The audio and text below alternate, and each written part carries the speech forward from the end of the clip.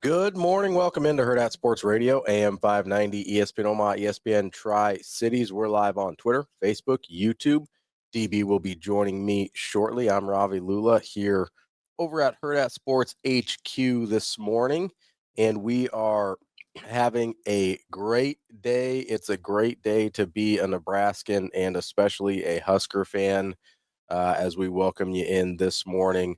Plenty to talk about. We've got all sorts of victories to go around for Nebraska athletics. We've also got some high school football we're going to get to, as well as the state championships. Kick off in earnest today with 8-man and Class A football action. Tomorrow will be Class C and Class B. But coming up at 7:45, we're going to talk to Jordan Roberts, head coach at Bishop Neumann. Of course, we're going to talk to Sam McKewon at 8 o'clock from the Omaha World-Herald. And then in the 9 o'clock hour, we'll catch up with Troy Huebert from Central City and Chad Fox from Wahoo to wrap up our previews of the high school state championships. But we got to start with Nebraska football, as we typically do. This was a weekend for Nebraska athletics where it kind of reminded me of the end of Godfather, where Michael Corleone is taking care of all family business. That felt a lot like what happened for Nebraska this weekend. It started on Friday night, where you heard Kent Pavelka in the intro. They really handled their business against Creighton. It was an 11-point game that felt like it was closer to being a 25-point Nebraska win than it was a Creighton win. Honestly, just total domination from start to finish for Nebraska basketball on Friday night. And then, of course, Saturday, they vanquished all Wisconsin Badger Demons, both on the football field and on the volleyball court as well. It was a incredible weekend for Nebraska football.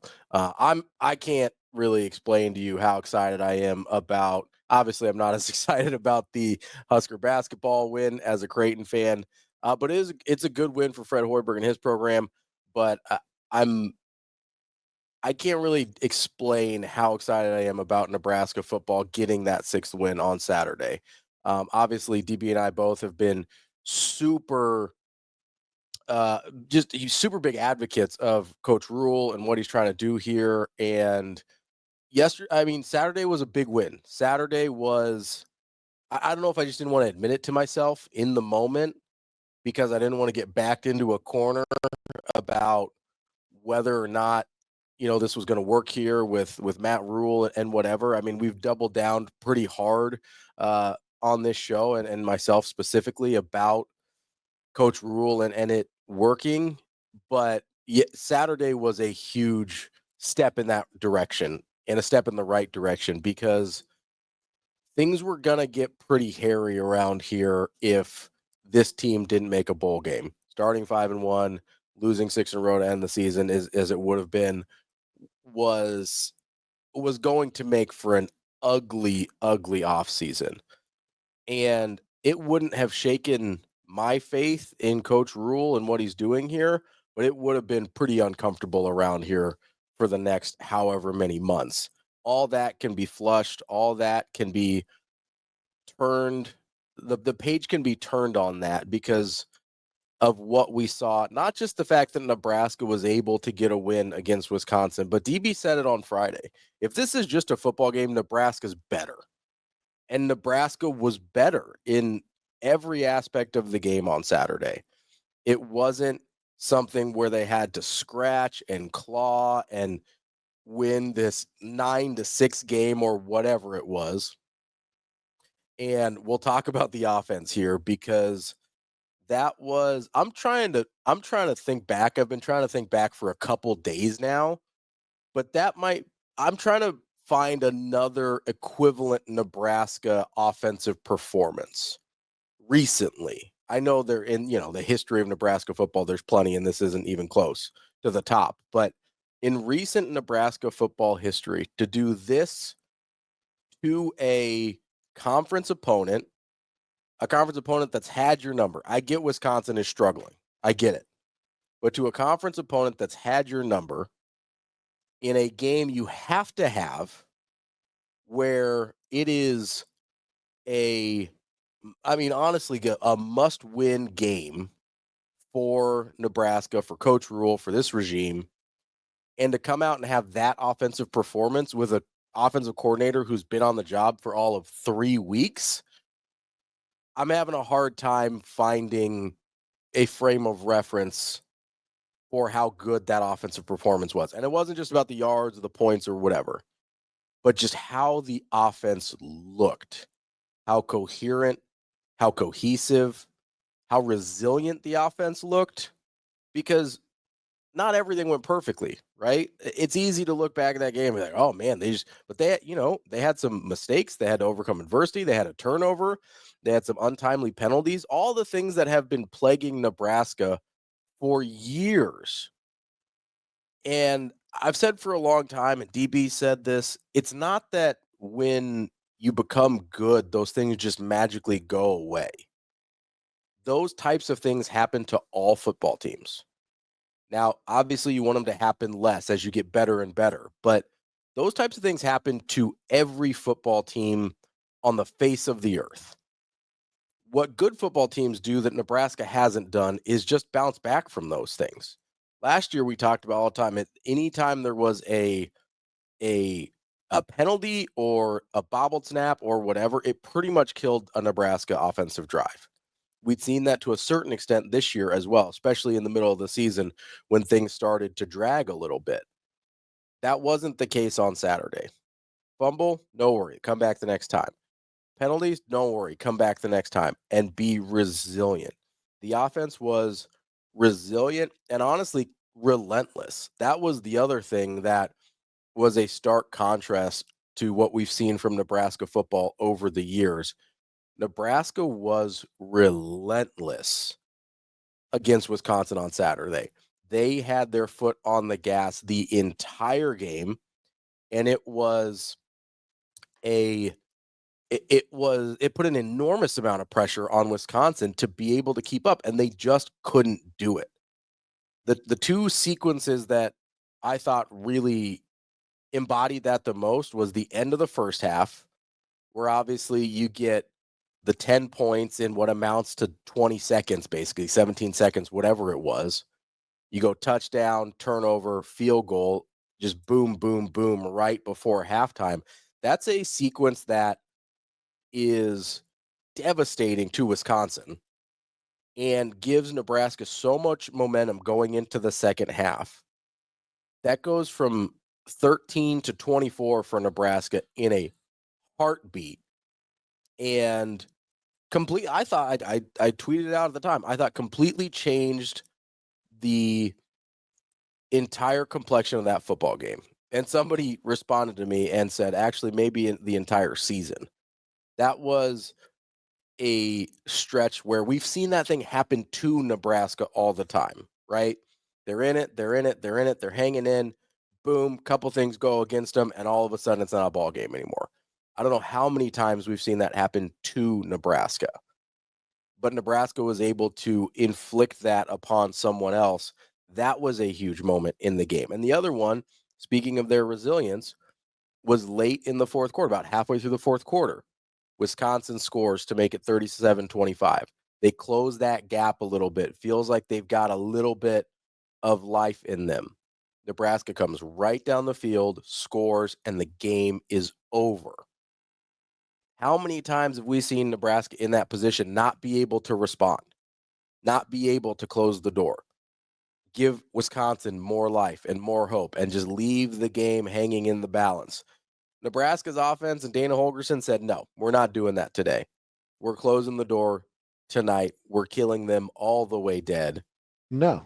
We're settling all family business here in November for Nebraska. It was as, I mean, I know you had Colorado out there, right? With that performance and how that kind of went down and the emotions involved and everything like that. But that was maybe as complete and satisfying of a performance for Nebraska football that we've seen in a very, very long time. I do like what Coach Rhule said, though, because I'll be honest, there was a part of me who was just a little hesitant to celebrate the 6th win too much. You know, I know the fans went out on the field and everything like that. I didn't have a problem with that. But I like that he said in his press conference, hey, this is the last time we're going to celebrate 6 wins.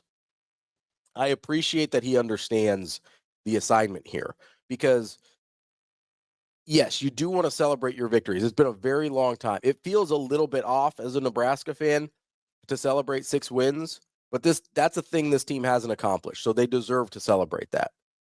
And I'm glad they did. But I also understand, like, hey, this can't be the high water mark. This can't be the thing where Nebraska football is ready and good to go, and then you come back next year and you're still happy about 6 wins. That can't be it. It needs to be, hey, this is one stepping stone, and now we're on to the next one. It was a moment that you can celebrate, and I like celebrating your wins. I do. It's important. Too many times we don't celebrate our wins. And I'm glad Nebraska took the moment to do that. But without building on that, that moment kind of becomes meaningless. So I like that Coach Rhule said, hey, this is the last time we're celebrating 6 wins. I like that he's always had aspirations of bigger and better things for this program. But he understands where they've been as well. And he understands that it's monumental for not only this group of seniors, but we talked about it last week as well, that this is a moment where you can lift that burden. You can lift the last decade off of the younger guys. You can lift the last decade off of the guys coming up so that they don't have to sit in it the way this group of seniors has. So you don't have to sit in it in the way the graduating seniors from last year that Coach Rhule wasn't able to get, but he's going to fly him out apparently to the bowl game, which I'd never heard of before. What's up, DB? Hi, buddy. How are you this morning? Oh, you don't want to know, but I'm good. You feeling good? Yeah. We're going to get there? Yeah, we'll get there. A lot going on, man, but there is a lot going on. Excited to get one. Try to go get one. We'll be ready. Try and go get one tonight. I mean, everybody else that wore red this weekend took care of business. Yeah, that was crazy, right? We went over I think we both guessed 2-1. Yep. I think we both thought Creighton would win. Yeah. It was interesting. I'm never available for Friday night. Yeah. Like dinner. So grabbed a deal, Coach Queen, and the place was packed. Yeah. I'm like, it's Friday night. I'm nervous. I don't want to be in public. Nebraska, Creighton. And walked in. And it was a very interesting crowd. Now it was packed to the gills, but it was mostly older folks. And so amazingly, like probably moms. Oh, okay. Yeah. Moms-ish. Probably 80-20 Creighton, Nebraska. Okay. And with like 9 minutes to go in that thing in the first half, like I could hear the orders being called. It was so quiet. Really? It was uncanny. Yeah. It was like, I mean, I get it. I was there. I get it. So I think they were just shell shocked. Yeah. I think what happened, but I think Creighton was too. We'll get to hoops in a second, but yeah, for Nebraska, I just was listening about. I'm stoked he brought up the not celebrating 6 wins. Me too. Because it did felt a little off. Yeah. Oh. Yeah. But it also is a real thing. No, so here's the thing, right? We're so disingenuous sometimes. We made the bowl thing a big deal. So allow it to be a big deal when you're not the punchline of trivia questions for 4 years, then 5 years, then 6 years, then 7 years. And you're not that. You're not You're not the laughing stock. You're not all of that without being able to celebrate when you come 100%. out of the back end. And that's just the way I look at it. Like, you can't have it both ways. If it's not a big deal, then we shouldn't have been the butt of the jokes. Right. Right. So, I mean, you just gotta. But it obviously was a big deal. Yeah. Right. Oh yeah. And he hung in there. Right. So not only was there proof of concept, it's just freeing. Mhm. Like, everybody is better. Yeah. And I'll be curious to see what team walks into Iowa City, because now what they have to do is, and I hate to fast forward and be the wet blanket, but this is the coach in me, right? Now you have to recalibrate. Yeah. And it's a short turnaround, and he's going to give you a real small window Mhm. for about 20 hours to kind of enjoy the holiday. He's made some travel accommodations for you. Now you got to stay on the gas because you're not done. Yeah. How do you handle success? You're not done. So you got to compartmentalize that. You flush it, you move on, you relieve. You heard gifts, some of those guys, Ty, hey, I'm going to enjoy tonight. And I'm sure they did, right? 100%. But And they deserve to. You're going to a team, you're going to a place that does they just don't like you.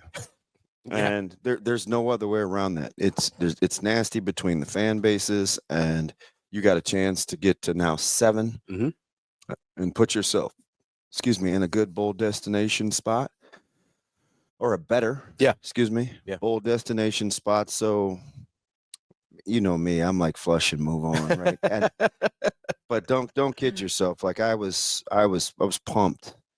I was pumped on Saturday, and to see Nebraska volleyball do what they did, and so many things that we said on all week, I think, came to fruition.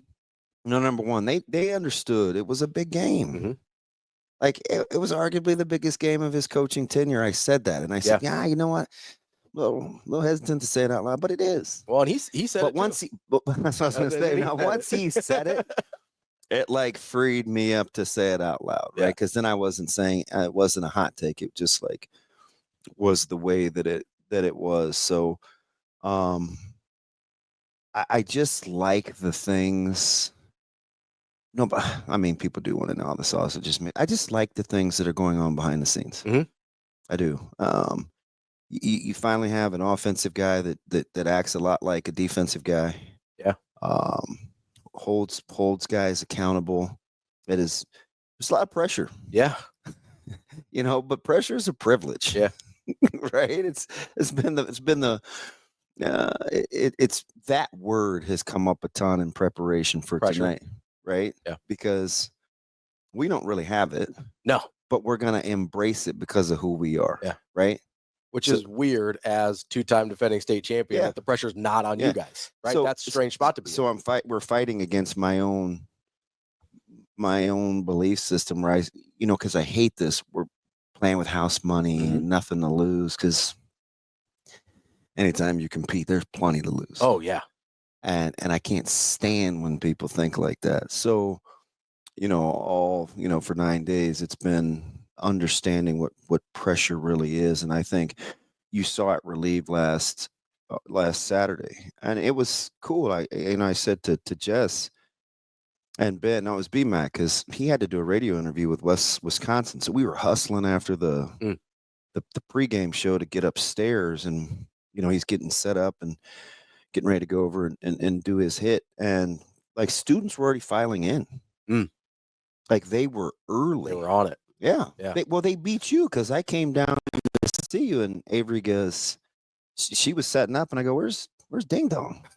And she said, oh, you mean that guy? I said, yeah. See, I don't know. He's probably watching games somewhere still. So, but I was watching games. But the students were already trickling in, and I was like, oh, this is going to be interesting. Yeah. I don't know if it was the weather, because it was unusually nice. Yeah, it was nice. It was good. It was a good day. I was disappointed. You wanted a little nasty. Yeah, that's the only reason. Well, we practiced early on Saturday because coach thought that would be the closest to game temps we would get. Yeah. And you're checking to see, you can't wear a coat, no sleep, so you're doing that deal. And then the day turned out to be nice. So, I mean, it's a lot going on. And back to that offense, and accountability, right? See, Monday and defense is slowly starting to get back to that because what defense had to do is they had to learn to manage success. Yeah. Right? Yeah. Where what expectations come? What's the difference between staying status quo and staying the course because you have results versus not moving the ball, not pushing the ball forward. Yeah. Right. They're getting back to pushing it forward, right? With the competitiveness and not allowing some things Monday through Friday. Offense, the minute Dana got there, it started like that. Yeah. And I'm not trying to paint the picture that it was haphazard. I think a lot of it is what Dana said, where it's easy as a position coach and coaches to just fall in love with guys. Yeah, just to stop and smell the roses because it's the natural way to do things. And you get enamored. You get enamored with guys. Oh yeah, and you know what? And it happens. You got to practice the right way, or you can't play. Yeah. You know, unfortunately, the only reason I wavered on the score, I said double digits all week. The only reason I wavered at the last minute was because guys had been sick. Yeah. You know, and I didn't think Coach guys kind of mentioned in passing. I didn't think guys like Lloyd and those guys would have much of an opportunity because he had missed 3 days of practice. You know, and I'm like, oh boy, like there's just guys, right? But you know, the cool thing is they made it about football. Yeah. And the more that game was about football, the more you were going to get a chance to see Nebraska do what they did. And frankly, you know, don't want to fast forward too much to next week as well, but I tried not to. If they make it about football against Iowa, they're going to win that one too. Well, so the difference between Iowa and Nebraska, if you just make it about football, is the essence of who Iowa is football. Yeah. So I'm not sure about being that linear like whiskey, because Iowa's a different animal, and I think emotionally they're a different animal. They rallied. Yeah. For their guy taking snaps. And so that one's, hey, it won't be for the faint of heart. I can tell you that much. We'll get to the rest of the show coming up next here on Hurrdat Sports Radio. Welcome back to Hurrdat Sports Radio, AM 590, ESPN Omaha, ESPN Tri-Cities. We're live on Twitter, Facebook, YouTube. That's DB. I'm Ravi Lulla here at our mobile Pillar Exterior stage here at HQ. How do we look? I think we look great. Do I need to log in and see us? Only if you want to see comments. Do I? I think I do, don't I? Probably. We got a lot of friends and comments. We got an active comment section today. Speaking of which, on Twitter, VJ messaged us in and says, in August, if you would have said 7-5 with wins over Colorado, Wisconsin, and Iowa, you probably would have signed up. He goes 100 out of 100 would have taken it. Yeah. It's a big week for the program, momentum of the program, regardless of which bowl they end up in. And I think he's right. I think most people would have taken that. Give me Wisconsin, Colorado, Iowa, 7 wins. I think almost every other fan would have taken that. Yeah, and I mean not to move the goalposts that quick, but it's like Tony says. He says beating Iowa could really mean a bigger bowl, especially if the Big Ten gets 4 in the CFP. We could be the second team after Illinois. A lot of tiebreakers and stuff to figure out, but you'd be in that neighborhood, and Nebraska is going to get the benefit of the doubt on a bowl game because of their fans. The way that they'll travel. Yeah, because they'll bring an energy to a bowl game. So they'll get, if they have an option for a better bowl, they will get that better bowl. So I think the interesting thing is, and we just looked up the line for Iowa. 5.5 seems high. You guessed 3. I guessed 3, which seemed about right. 5.5 seems high. It does seem high. I'll be interested to see if that comes down. I think so. Yeah, I think so, especially come closer to game time. But if you're Nebraska, this is an interesting week for you to manage because you have one less work day, which, as does Iowa. Be curious to see how they handle the holiday. Yeah, in terms of like timing. Yeah, I know we're leaving later. Yeah. But that's all I know of so far. Do you guys fly to Iowa City? Yeah. Okay. Yeah. He's not busting it. Just making sure. No. It's like a 12-minute flight over Iowa City. I don't think he owns a vehicle. Really? Oh, well, there you go. No. I bet they'd give him one if he wanted one. I don't. We were walking through some things yesterday morning, and it was early, probably 7:30, 7:45. He's breathing heavy. Like, what are you doing? It's like, I'm walking to work. I'm saying hello to people in the streets. I'm like, yeah, you can call back. It's fine. Speaking of he's just hey man, my man is looking out for me though. He's a good dude. I appreciate that. I speaking of callbacks, I'm glad he brought up special teams in the press conference. Can I go back to something I said in passing? Yeah, go ahead. So remember when he said, I hope I said this out loud and not just to you. It's all the crapshoot. No, I think I said this out loud where, he said this was after Rhule had made a couple kicks in a row. Mm-hmm. He made the 54-yarder. So is it Indiana? No, it was because they only scored 7 against Indiana. Who was right before Indiana? Ohio State, maybe? It was somebody. Yeah.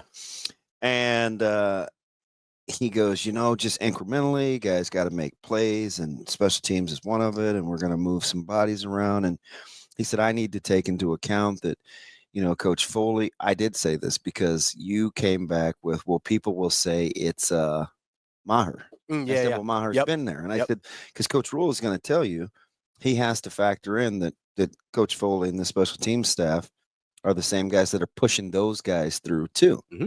The Holes and the Bushinis. And he goes, you have to factor that in as a coach. He can't just only get credit for the bad stuff. You have to give him credit for the good stuff. And now it's like maybe you did know something. Yeah. Because they clearly won special teams. And the special teams have been a lot better for a while now. Yeah. And outside of decision making in the return game, which is not you can bench the guy. You're right. But that's not, which they did, by the way. Like they pulled Barney at one point. As you can tell. Yeah. Guys will sit down in a hurry. You don't do what you're supposed to do. Yeah. And so that's at least in some places, in some spots. Yeah, in some spots. There's other spots maybe you'd like to see a little bit more of that. Yeah. But yeah, we kind of buried special teams early in the year, and rightfully so. They weren't playing well. But like, can Foley coach again? Is he a good coach now? Is he Stefanski after they beat the Steelers? I don't need to know if do I need to like do the Matt Campbell treatment on Ed Foley? Like, is he all of a sudden a good coach again? Yeah. Because not only do you have a backup kicker that is just apparently just nails, right? When in John Hole, not only has the snapping and holding game gotten better, although there was a heck of a snap from Bushini on a hold from Bushini. On one of those snaps. Yeah, because there was a rough snap came in there. Back like Skid Row, and he was like, "Boop," and he's like, "No worries, got you." And then not only that, which is weird for a little musclehead. His arms, he looks. Bushini, are you old enough for Stretch Armstrong? Yeah. All right, so I had those arms like that's how he kind of comes off the field. It's very awkward, but he's very good at holding, and I like how quietly Nebraska has incorporated different bodies to help them on special teams. Is wrestling Cody talked about Genatone and guys like that. I think Genatone he might have had the first tackle on kickoff if I remember right, but. When's the last time we talked about our worries about a punt getting blocked? When's the last time we talked about that? Because in the middle, there was a point during the season where you're like, "Oh shoot, they have to punt." Where no, it was real. I'm not being. No, I know it's bad. I remember. It was real. All of a sudden, when's the last time we ever talked about that? Yeah, right? Bad. It got fixed and we ignored it. Right, and I get it. It has to get fixed. But all of a sudden, it's like, okay, so we're gonna have this conversation. I'm glad he brought up special teams because Bushini's been really good for a while now. That one, the coffin corner one, was unbelievable. Like, you didn't even need somebody to down that thing. Just, no, I'll take care of it. Isn't it amazing how in just a little bit of time, like now we're talking about improvements that they need to make defensively. Yeah, that's the area I had the most concern about on Saturday or Friday. It's like, what is going on? Yeah, the area but bizarro world. The area I had the most concern on Saturday was the defense. That was the one thing where I was like, they might need to tighten this thing up. Yeah. Because the offense got rolling. Special teams has been playing well. And all of a sudden, I'm sitting there being like, hey, can maybe we see some different bodies back there? Yeah, and I felt bad, too, because in the pregame with B-Mac, I was talking about some of the keys, and I said, gosh, you know what? You have to force Wisconsin to throw the ball over your head. Yep. Unfortunately, they did. went ahead and did that. Yeah. I think part of the premise there is you don't let guys behind you. Yeah. What did Coach Rhule say last week? Hey, if you're in cover 3, don't get beat deep. Be in cover 3. Don't get beat deep. It was good to see like Tommy Hill and those guys handing out water and being part of the team. Being like being good teammates. Don't undersell those kinds of things. 100%. No, because how many Wisconsin had 72 snaps, right? I believe so. Yeah, it's a lot for them. It is. That's more than USC had last week. Yeah, USC was at 68 last week.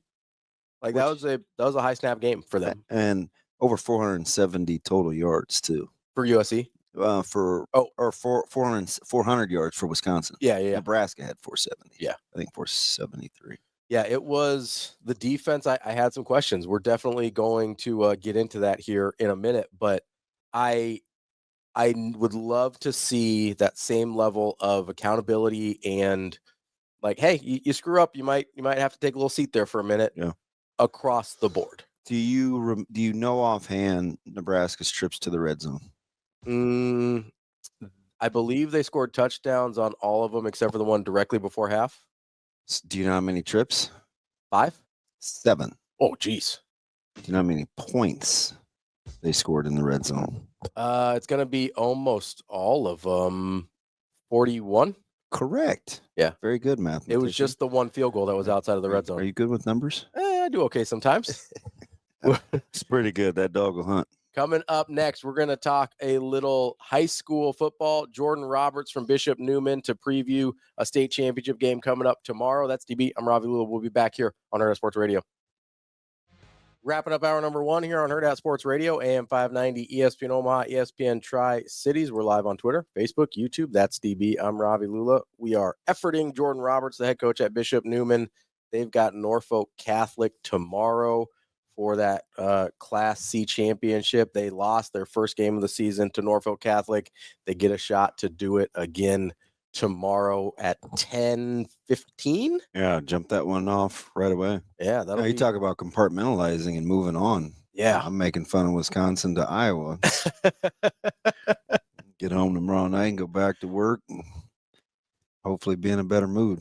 That'll 15 will come early. That's it. That's all right though. You know, that's you guess. I mean, I know you don't sleep, but you could potentially sleep in a little bit. Yeah, it was about. So last night was incredibly poor. Yeah. Oh man. Yeah. Yeah. We hit about 3:15. Oh, good. Good. Yeah. No bueno. Just a nice little nap and then come back into work. No bueno. Rev high. We rev high. Yeah. You know, that's all right. I understand it. You got a lot going on. Yeah. Trying to win another state championship tonight. You know, we got Nebraska going on. A lot going on. And it's Iowa week. It is Iowa week. You know, people forget we hate Iowa. It's intense. You got to stay on it. You got to stay up on that. I did want to return back until we get to Coach Roberts here, if he's able to give us a call back. I did want to get to the defensive backs here a little bit with Nebraska, because I think that's the one spot where people would look and go, didn't love how that looked against Wisconsin. Mm-hmm. Particularly the safety spots, corners to a lesser extent, but still there. I thought the front seven looked pretty good. I was pretty happy with how the front seven played. Yeah, they played well.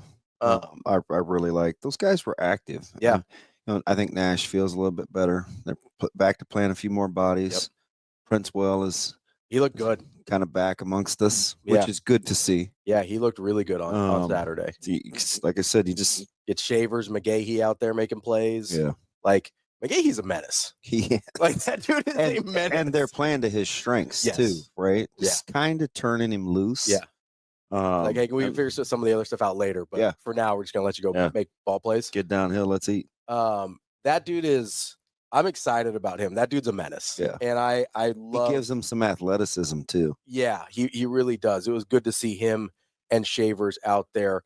Coach Roberts is able to join us now. Head coach of Bishop Neumann, Jordan Roberts, on the phone. Coach, how are you this morning? I'm doing great. How are you? There he is. Coach, how are we doing?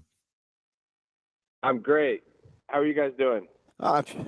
Well, you know, it's the whole thing about like doing shows and still having a game to play tonight is nothing different than you having to, you know, do schoolwork and then getting on a well, so you won't go to school in the morning, right? You'll probably meet at the school and just head to Lincoln. That's right. Yeah, we got school canceled, so the whole school's off. So we at Neumann and then drive down. We have a police escort taking us down to Lincoln. Oh, the police escort. How about that? So I'm curious, what did you do different? All coaches are different to get ready for the 10-15 kick. Did you adjust your practice times? We did. Yeah, we practiced in the morning actually in Lincoln at Pius on Saturday, right at our game time that we'll have on Tuesday. And we haven't played on turf a whole lot, the last couple of years. So we got a lot of time in this week on turf, which is really nice. Yeah, we practiced at 10 o'clock a couple times, so we feel good about it. Coach, as you've got a rematch against Norfolk Catholic for the state championship, that was a long, long time ago, it feels like, since the opening game of the season when you guys matched up the first time. How much can you take away from that, knowing, hey, it is the same opponent versus – hey, we're both probably a lot different as teams than we were back in August? Yeah, it's a both and, like you said, it was 100 years ago, right? It's like we're a totally different team and they're a different team as well. They've gotten a lot better. We've gotten a lot better, but there's still, a lot of similarities that we're running, that they're running from week one. But it did show us, and gave us a lot of confidence that we can compete with them at the highest level, and it should be a great matchup. Coach, outside of the health of Connor Booth, which obviously is really, really important, what are you looking for from Jake as he kind of settles in at this one at the quarterback spot and to help get you in position to play the way that you want to on offense? Well, our quarterback is actually Bo Fuyan. Jake is our receiver now. So he's our Z receiver. So Bo Fuyan, he's played the last 4 games at quarterback. So we're excited about where he's at and where he's headed. He's super talented and adds another, legitimate threat as a runner for us. And we like where he's at, and we're excited to see what he can do tomorrow. Was that kind of in addition to help you get some more versatility on how you want to move the ball on offense? Yeah, absolutely. And Jake, he was a really, really good receiver for us last year during his junior season. And, he instantly became our top threat, in the passing game at receiver when we made the switch. So it just made sense for us in terms of the team and just adding another threat, like I said, in the running game, making us more versatile. And then getting Jake out of receiver has helped us out big time. Coach, obviously your program is not a stranger to success. Going up against one of the best programs in any class in the state in Norfolk Catholic.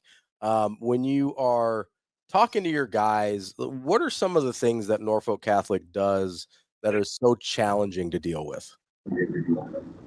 Well, they're very consistent. They're steady. They don't have major mistakes, and they execute at such a high level. They don't make a whole lot of mistakes. And their technique is really, you can tell as a culture that they take more time than really anyone else to work on their fundamentals and their techniques because they're never out of position. They have really good pad level, really good hand placement. They're always in the right gaps, always in the right angles. And it's just really hard to beat a team like that over the course of the game. You might get them for a play or two, but they just leave people out because they're so good at what they do. They never panic. Their culture has been established for a long time. And these kids, they've been in the same scheme since they were in junior high. So they know it like the back of their hand. So there's just a lot of depth to what they do.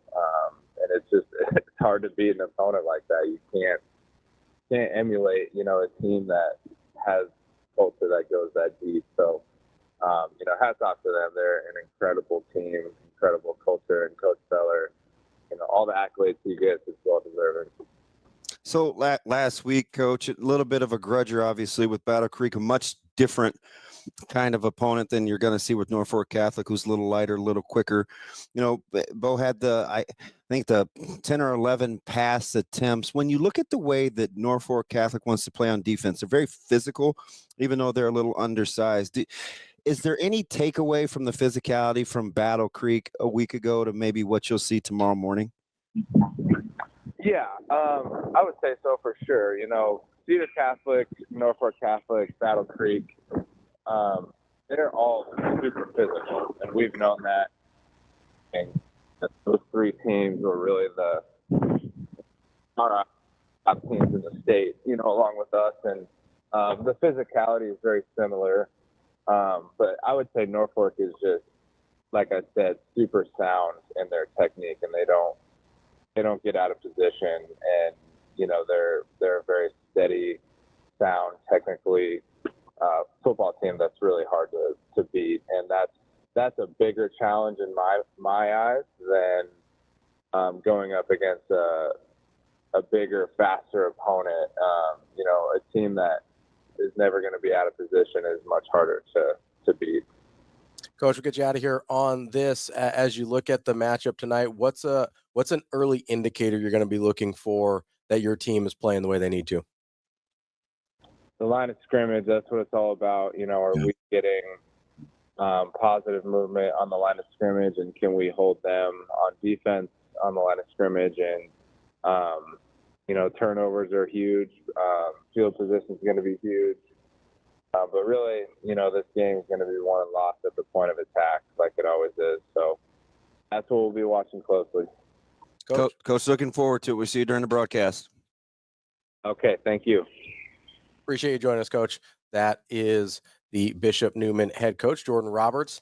They've got Norfolk Catholic tomorrow morning, first thing. That's going to be a good one. I'm excited for that one. Yeah, I'm hoping, watching a little bit the last week and a half, or actually probably last 4 days of their last two games. Mm-hmm. And that's interesting too, because I thought Jake was hurt, which is why they were using Bo. But note to self, that's why you talk to coaches.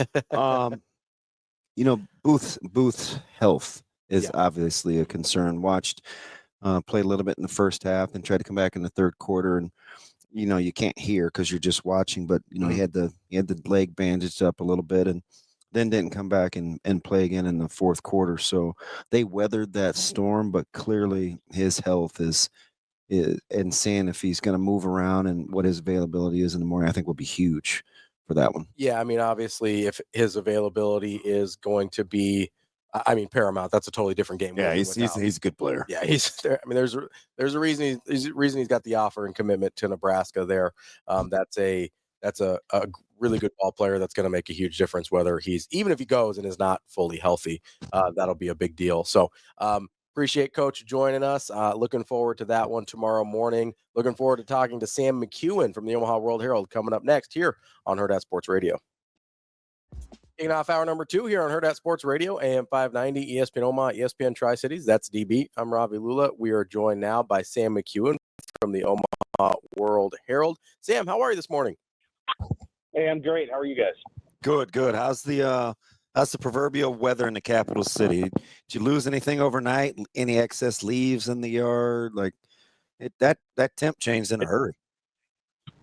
It's great. There's not going to be any rain or snow for your game tonight, and that makes me happy because there won't be any alterations to the conditions that change that game. It's going to be a lot of fun to watch West Side and Millard South play at relative full strength and on a field that won't be wet or anything. It's going to be a lot of fun. That's a big game tonight, and I'm looking forward to it. I'm going to be honest, Sam. I think DB would have preferred some precipitation. Maybe. Yeah, they're clearly a handful. We didn't finish charting, but they've converted. I know we looked at their situations in third and long. On more than 4 occasions, they've converted a third and longer than 16. Yeah, I believe it. Got to get their quarterback to the ground. If Tom was able to run around and make plays, it's hard to cover all their receivers for very long. it just kind of depends. I think it kind of comes down to whether Westside's pass rush can get him sacked. If you don't get him to the ground, he will go and make a play with his feet, or he'll throw it downfield. So I'm confident Westside will score. I think North-South will too. It probably comes down to the final quarter. Sam, moving on to Nebraska here. I was opining earlier in the show. That's a good word. I was trying to recall the last time against a quality opponent, which, to say what you will about Wisconsin, they're better than a bottom feeder in the Big Ten, and they're obviously a power school. I mean, look at how they played in their losses. Penn State. Yeah, I mean they've played Oregon well in a lot of their losses. Considering opponent and what it looked like, when's the last time you saw Nebraska's offense look that coherent? A long time. I mean, I think, they've played some teams over the last 7 or 8 years where the offense played real well. I think of Ohio State in 2018, when Nebraska put 31 up on Ohio State that day, talking specifically about the offense. But there wasn't anything at stake that day in Columbus. Nebraska could kind of play free, and there was a lot at stake on Saturday, and everybody kind of felt it, and the offense just kept going. It wasn't like, hey, we're going to score 3 touchdowns and then feel comfortable. No. They kept going, and they kept rolling, and they kept making plays. And over the course of a game, when you start making plays, then that other team starts making mistakes. And so Wisconsin did have 3 personal fouls in effect on that one drive, but that's part of what starts to happen when you get into a defense and then they react by, getting sloppy or getting angry or whatever. And so, I thought Nebraska's offense played terrific football. I thought Dylan Rhule played really well. I thought Emmett Johnson got the opportunity that I felt like he had earned more than a month ago. And I think they'd have one more win if Emmett had been playing the snaps that he played on Saturday. So I thought it all looked really good. And then, look, they played the tight ends. They thought we're going to give them the best chance to win. And that was Lindenmeyer and Borkircher, and I thought that was interesting. And thought the line blocked well. Didn't give up a sack. It's the best game that they've had all year and in some time. Hey, Sam, let me ask you something. Real time, when you're leaving that game and you're getting ready to head down and get your spot for the presser, did it seem like Nebraska had thrown the ball 38 times? Not exactly. Although I was shocked that number was as high as it was. I knew they ran the ball 30 sometimes, but it didn't feel like they threw it that much. Yeah, I think that the kinds of throws that Rhule is making don't necessarily put the imprint on you quite as much as, and I'm not trying to knock Mike Riley, but in the Mike Riley era, they threw it downfield a lot. I mean, they were very aggressive during that era, and so each throw felt like it was a big into the air. And this was different. This was, hey, we're going to throw the ball. One of the throws was Ja'Cory Barney, that pitch pass, which is really just a run, but they call it a pass because the ball moves a half inch forward.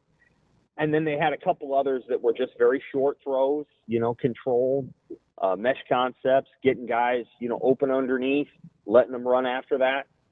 Just little things like that. And it's like an extended version of the run game, but they're called passes. And so I think they probably threw, 25 passes, and they threw about 13 of the others. And Rhule is very good in that setting. He's effective. He throws the ball relatively on time. I think he got very comfortable with that mesh concept, where there'd be a curl kind of in the middle or whatever you want to call it. A couple of them were drops. That's not his fault. He looked comfortable in the RPO. Banks dropped a touchdown in that setting. So Rhule played really well and honestly could have had bigger numbers if guys had caught the ball. So, we'll see where it goes from here, but I like what they're doing in the pass game. Yeah, I think one of the subtle things that it's interesting to watch is when you play a team that plays as much man-to-man as Wisconsin did, I think it actually hurt them more in the run game, where I could see where Coach Holgorsen was formationing Wisconsin to death with motion, and then they would get out leveraged. The touchdown run to go back and watch that run to Dowdell. I think it was maybe 10 or 11 yards. I don't know how far away it was, but I think Dylan put his hands up practically at the handoff. Yeah, immediately. Because of, back more, motion. Then they would come back. Then they hand the ball off. You're short a guy in the fit because he's out leveraged. I mean, stuff like that is hard to pick up on real time. But going back and watching it, it's a credit to Coach Holgerson and the run game for how Wisconsin liked to play pass defense in the secondary. For sure. Yeah, and I thought they did a really nice job of winning inside and pushing around the Wisconsin interior defensive linemen who are not the same players as they were, 3 or 4 years ago. And then they had that where they'd put trips to one side and they'd run into the boundary with kind of pulling guards. And that was a nice run a couple of times. I think you'll see some variation of that against Iowa. I mean, Iowa's a different defense. They're going to do different things, but I think there's a working model going forward. And they have a sense of, I think, who they want to be and what they want to do. And that doesn't sacrifice power football. Like Rhule said, they were running a 2-minute drill and 12 personnel. But it also, spreads it out a little bit and gets Rhule the opportunity to play out of the shotgun with some rhythm. And again, I thought it looked really good. And, I don't know what it's going to mean against Iowa. They probably got to score 21, 24 points to beat Iowa. I don't know if they will, but I do think that they've got some answers going forward. What's that? It seems high. Yeah, I know. A lot of the games against Iowa have been higher scoring than people would think. That's just last year's game. Iowa scored 13, but Iowa has won games in this series scoring 27 multiple times, 28, 26. You probably have, now I know that was the Frost era, but you're going to have to probably score 24, I think, to beat Iowa. I think Iowa's going to run the ball really well. And, there's things on Nebraska's defense that have to be fixed, and that'll get fixed in the offseason, presumably through development of players and potentially in addition to the transfer portal. But Nebraska's defense is kind of holding on right now. You can tell that unit is banged up and also has lost a little bit of its whatever from last year. Sam, before moving on to Iowa all the way, are you surprised at all just how quickly Dylan Rhule has gotten not only comfortable, but I think looked as the best version of himself that we've seen all year in basically, in 3 weeks going from UCLA to Wisconsin? Are you surprised at how quickly that happened? I'm a little surprised, but I also don't want to discount that one of Rhyle's skills or one of his strengths is that he's able to, process the game and understand what's being asked of him and make decisions that are prudent. Now, he has at times put the ball in harm's way a few times this year, but he's generally a prudent decision maker, and even to some degree, a little conservative. And so, I think this is something that he could have done. I think there's certainly aspects of his game that are still coming. I think he'll probably develop a little bit more of a tendency and skill set to scramble. That's still something that's coming. You don't have to be.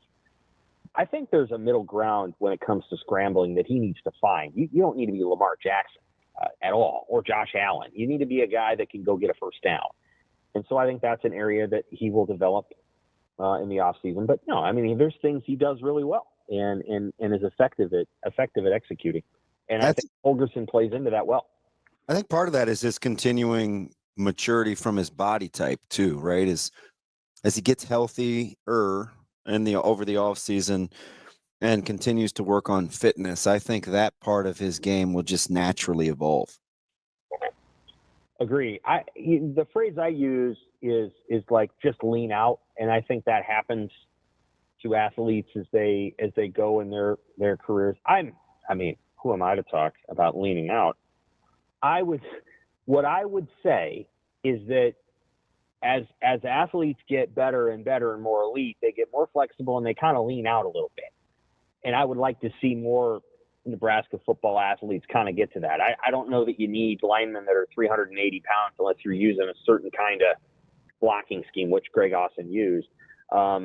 is I'd like to see some of it lean out a little bit.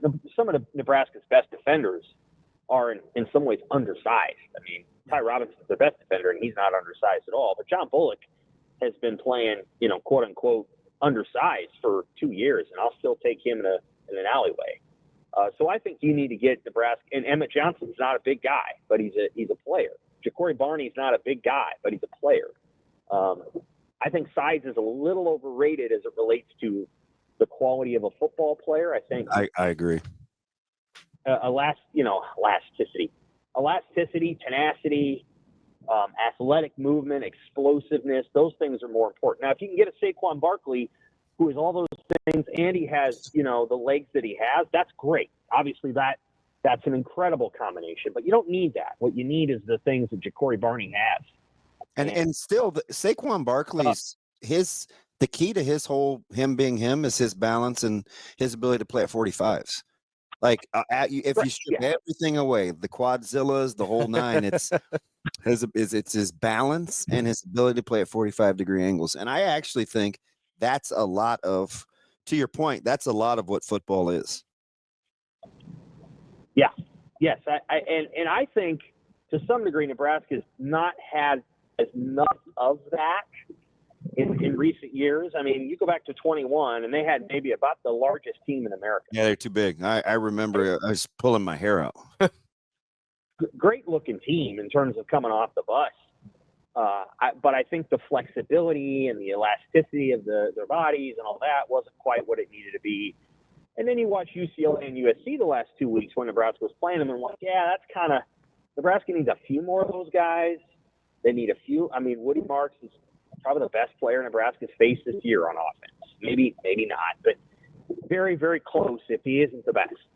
And that guy's not tall, but he's got all the components that you want.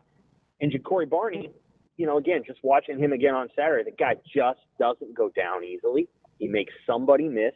He usually breaks a tackle, and he's like 165 pounds. So you need guys like that. And kudos to Garrett McGuire, Matt Rhule, and Phil Simpson when he was here for getting Barney on set. Now they got to pay him and keep him here because he's probably going to get some interest from his hometown school and other places. We're talking with Sam McKewon from the Omaha World-Herald. Sam, I do want to talk about the secondary here for a minute because that was obviously, I mean, in my opinion, at least, that was the place that had the most concern on Saturday. As you're watching, whether it's the safeties or the corners, I know health has been a challenge in the secondary all year, but as you're kind of processing that in real time, how are you evaluating the play of the defensive backs? Well, when you gotta have a guy playing his first game of the year in the fourth quarter, that's tough. Blyhill looks great. Obviously he needs time to acclimate to whatever the coverage scheme is. That's a tough spot to put a guy in. So, you'll like Isaac Gifford said, he'll ride with Blyhill all day. It's not about the want to or the effort. He just got to get on the same page. I don't know exactly. They gave up. Let's see, they gave up 6 passes of 17 yards or longer. Mm-hmm. And that's a week after giving up whatever they gave to USC, five of those. They're banged up. It's you got guys playing really, really hard back there. They got to win. Now they get to play Iowa, which is a kind of a gift. I mean, Iowa's not very good throwing the ball, but it's just a unit that'll have to be rebuilt in the offseason and reimagined, and they got to get players developed. The bottom line is, if you got to put Blyhill out there in that moment, that's a very tough spot for him to be in. Surprised that you can't get some of the other guys that you've been developing all year out there. Got to find a way, so on and so forth. I think they're going to be a very good secondary either in 25 or 26, but they need to develop some of the players on hand. And so once they've done all that, I think they're going to be in great shape. They're beat up back there. Those guys aren't going to talk about it, but I don't even know what Malcolm Hartzog's playing through. A lot. He's playing through a lot, and he's a tough guy. So you got to give him a lot of credit for battling, and Gifford for battling. And they need to develop some young players so take some of the load off of the starters. And Buford played well too. Marquise Buford's a tough guy, and it's good that he's coming back, because they're going to need a senior leader back there next season. Sam, how soon do you think? I get the whole 24-hour rule, but I almost felt guilty. I was talking to Ravi this morning in the opening segment. I'm like, and now on to Iowa. After you had just kind of cleared the 6-win thing, you can embrace the fact that for over 8 years, it was kind of the punchline, the running joke, the answer to trivia questions, and then kind of the duality of celebrating it, right? Because you don't want to celebrate 6 wins, but if you can joke about it and have it be all this angst and however long we were gripping over it, I get it, right? The flushing of that moment. How quickly do you think, or would you have shaken that monkey to move on to the next bear known as the Hawkeyes? I think some of those seniors probably savored Saturday night a lot. I'm guessing everybody was ready to move on very, very quickly, because once you have a little bit of success, what you get hungry for is more of it. And I think now they've got their bowl game, and I'm sure they're happy. I don't know how they're going to communicate it, but I'm going to guess that it filters through that building somehow. If you beat Iowa, guys, you're going to play on New Year's Eve or New Year's Day. Go get it done. Like, there's a sense of that. Like, this is they are, because of the weird way that the playoffs going to break out, I think you're going to see 4 teams from the Big Ten in the playoffs. The 5th team is Illinois, right? And USC is going to get pulled to a Pac-12 bowl, which I think USC will want.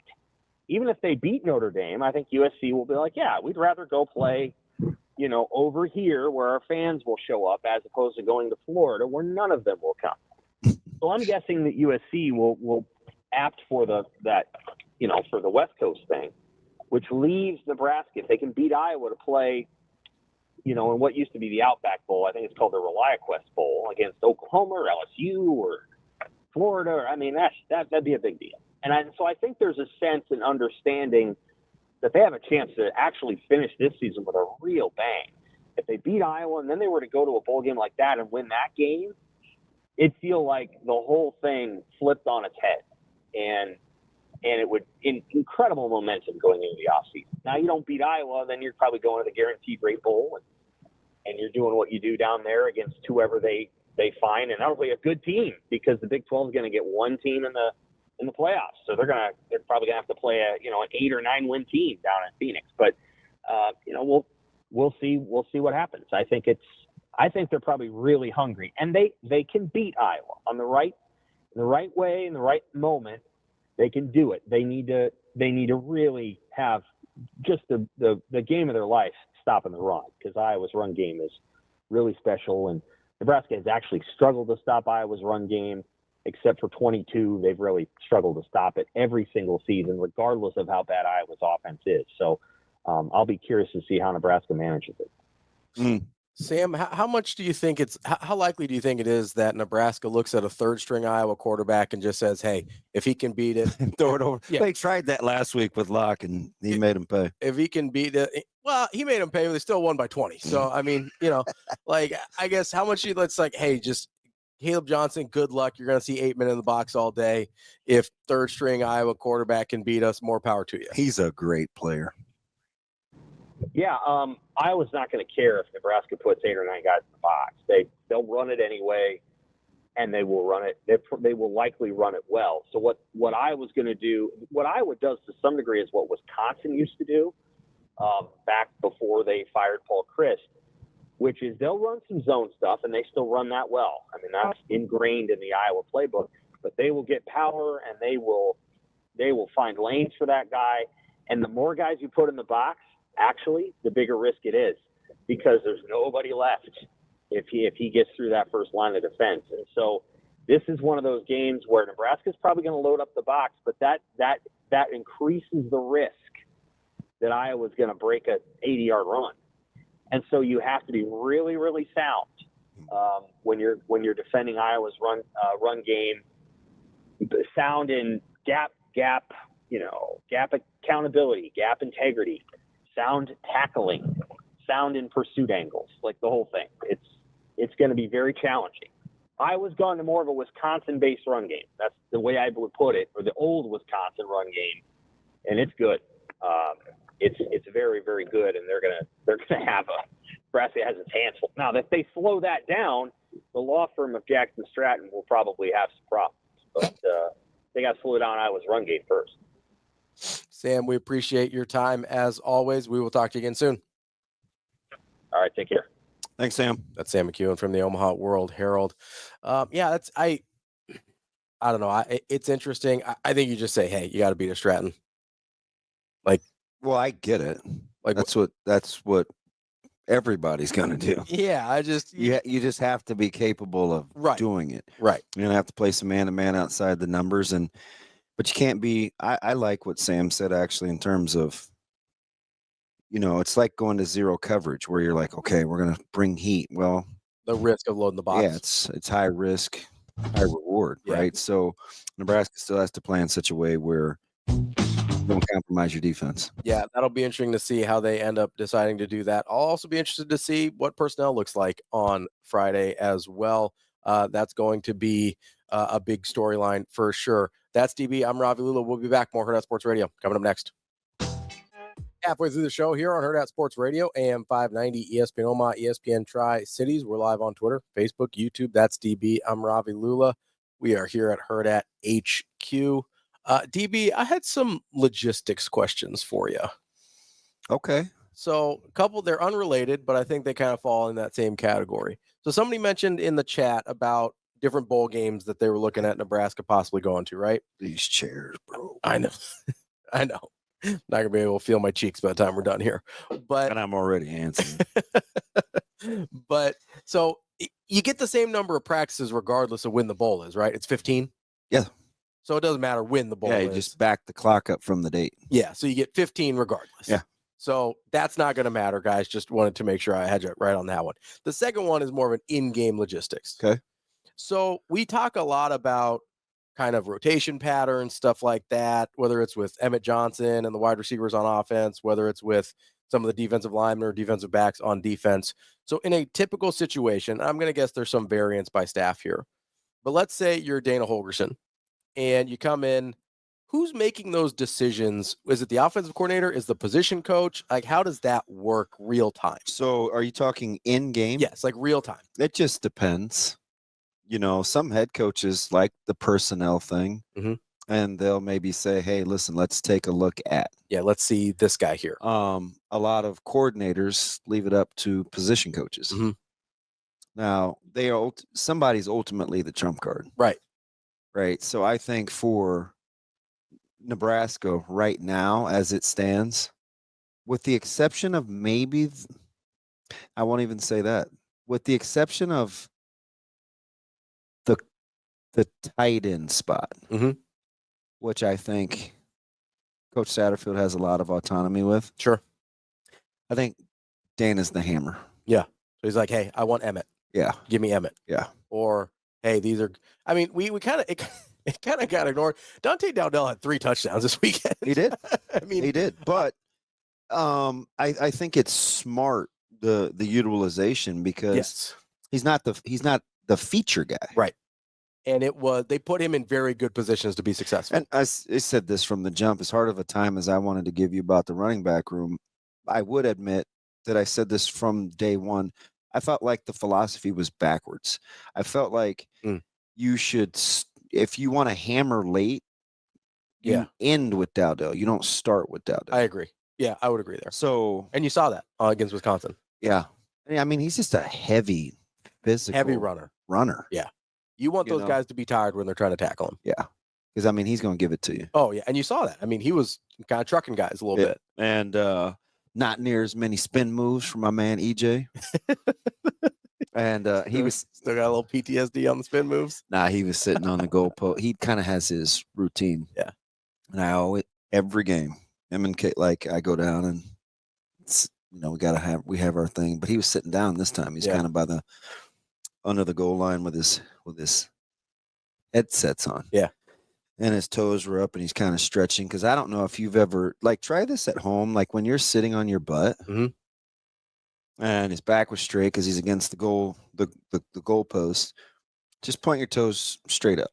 Yeah. Like quietly, it's a nice little stretch. Yeah. You're like, feel like all the way up in the hamstrings. yeah, you're like, no big deal. Yeah. So I clicked his heels together. His toes, I hit him.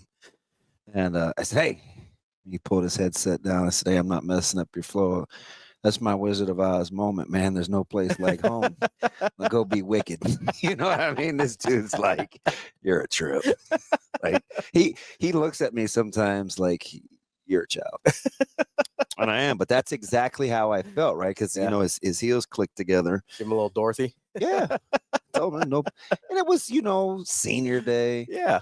And so to see him play, like that's the cool thing about working for the network. Yeah.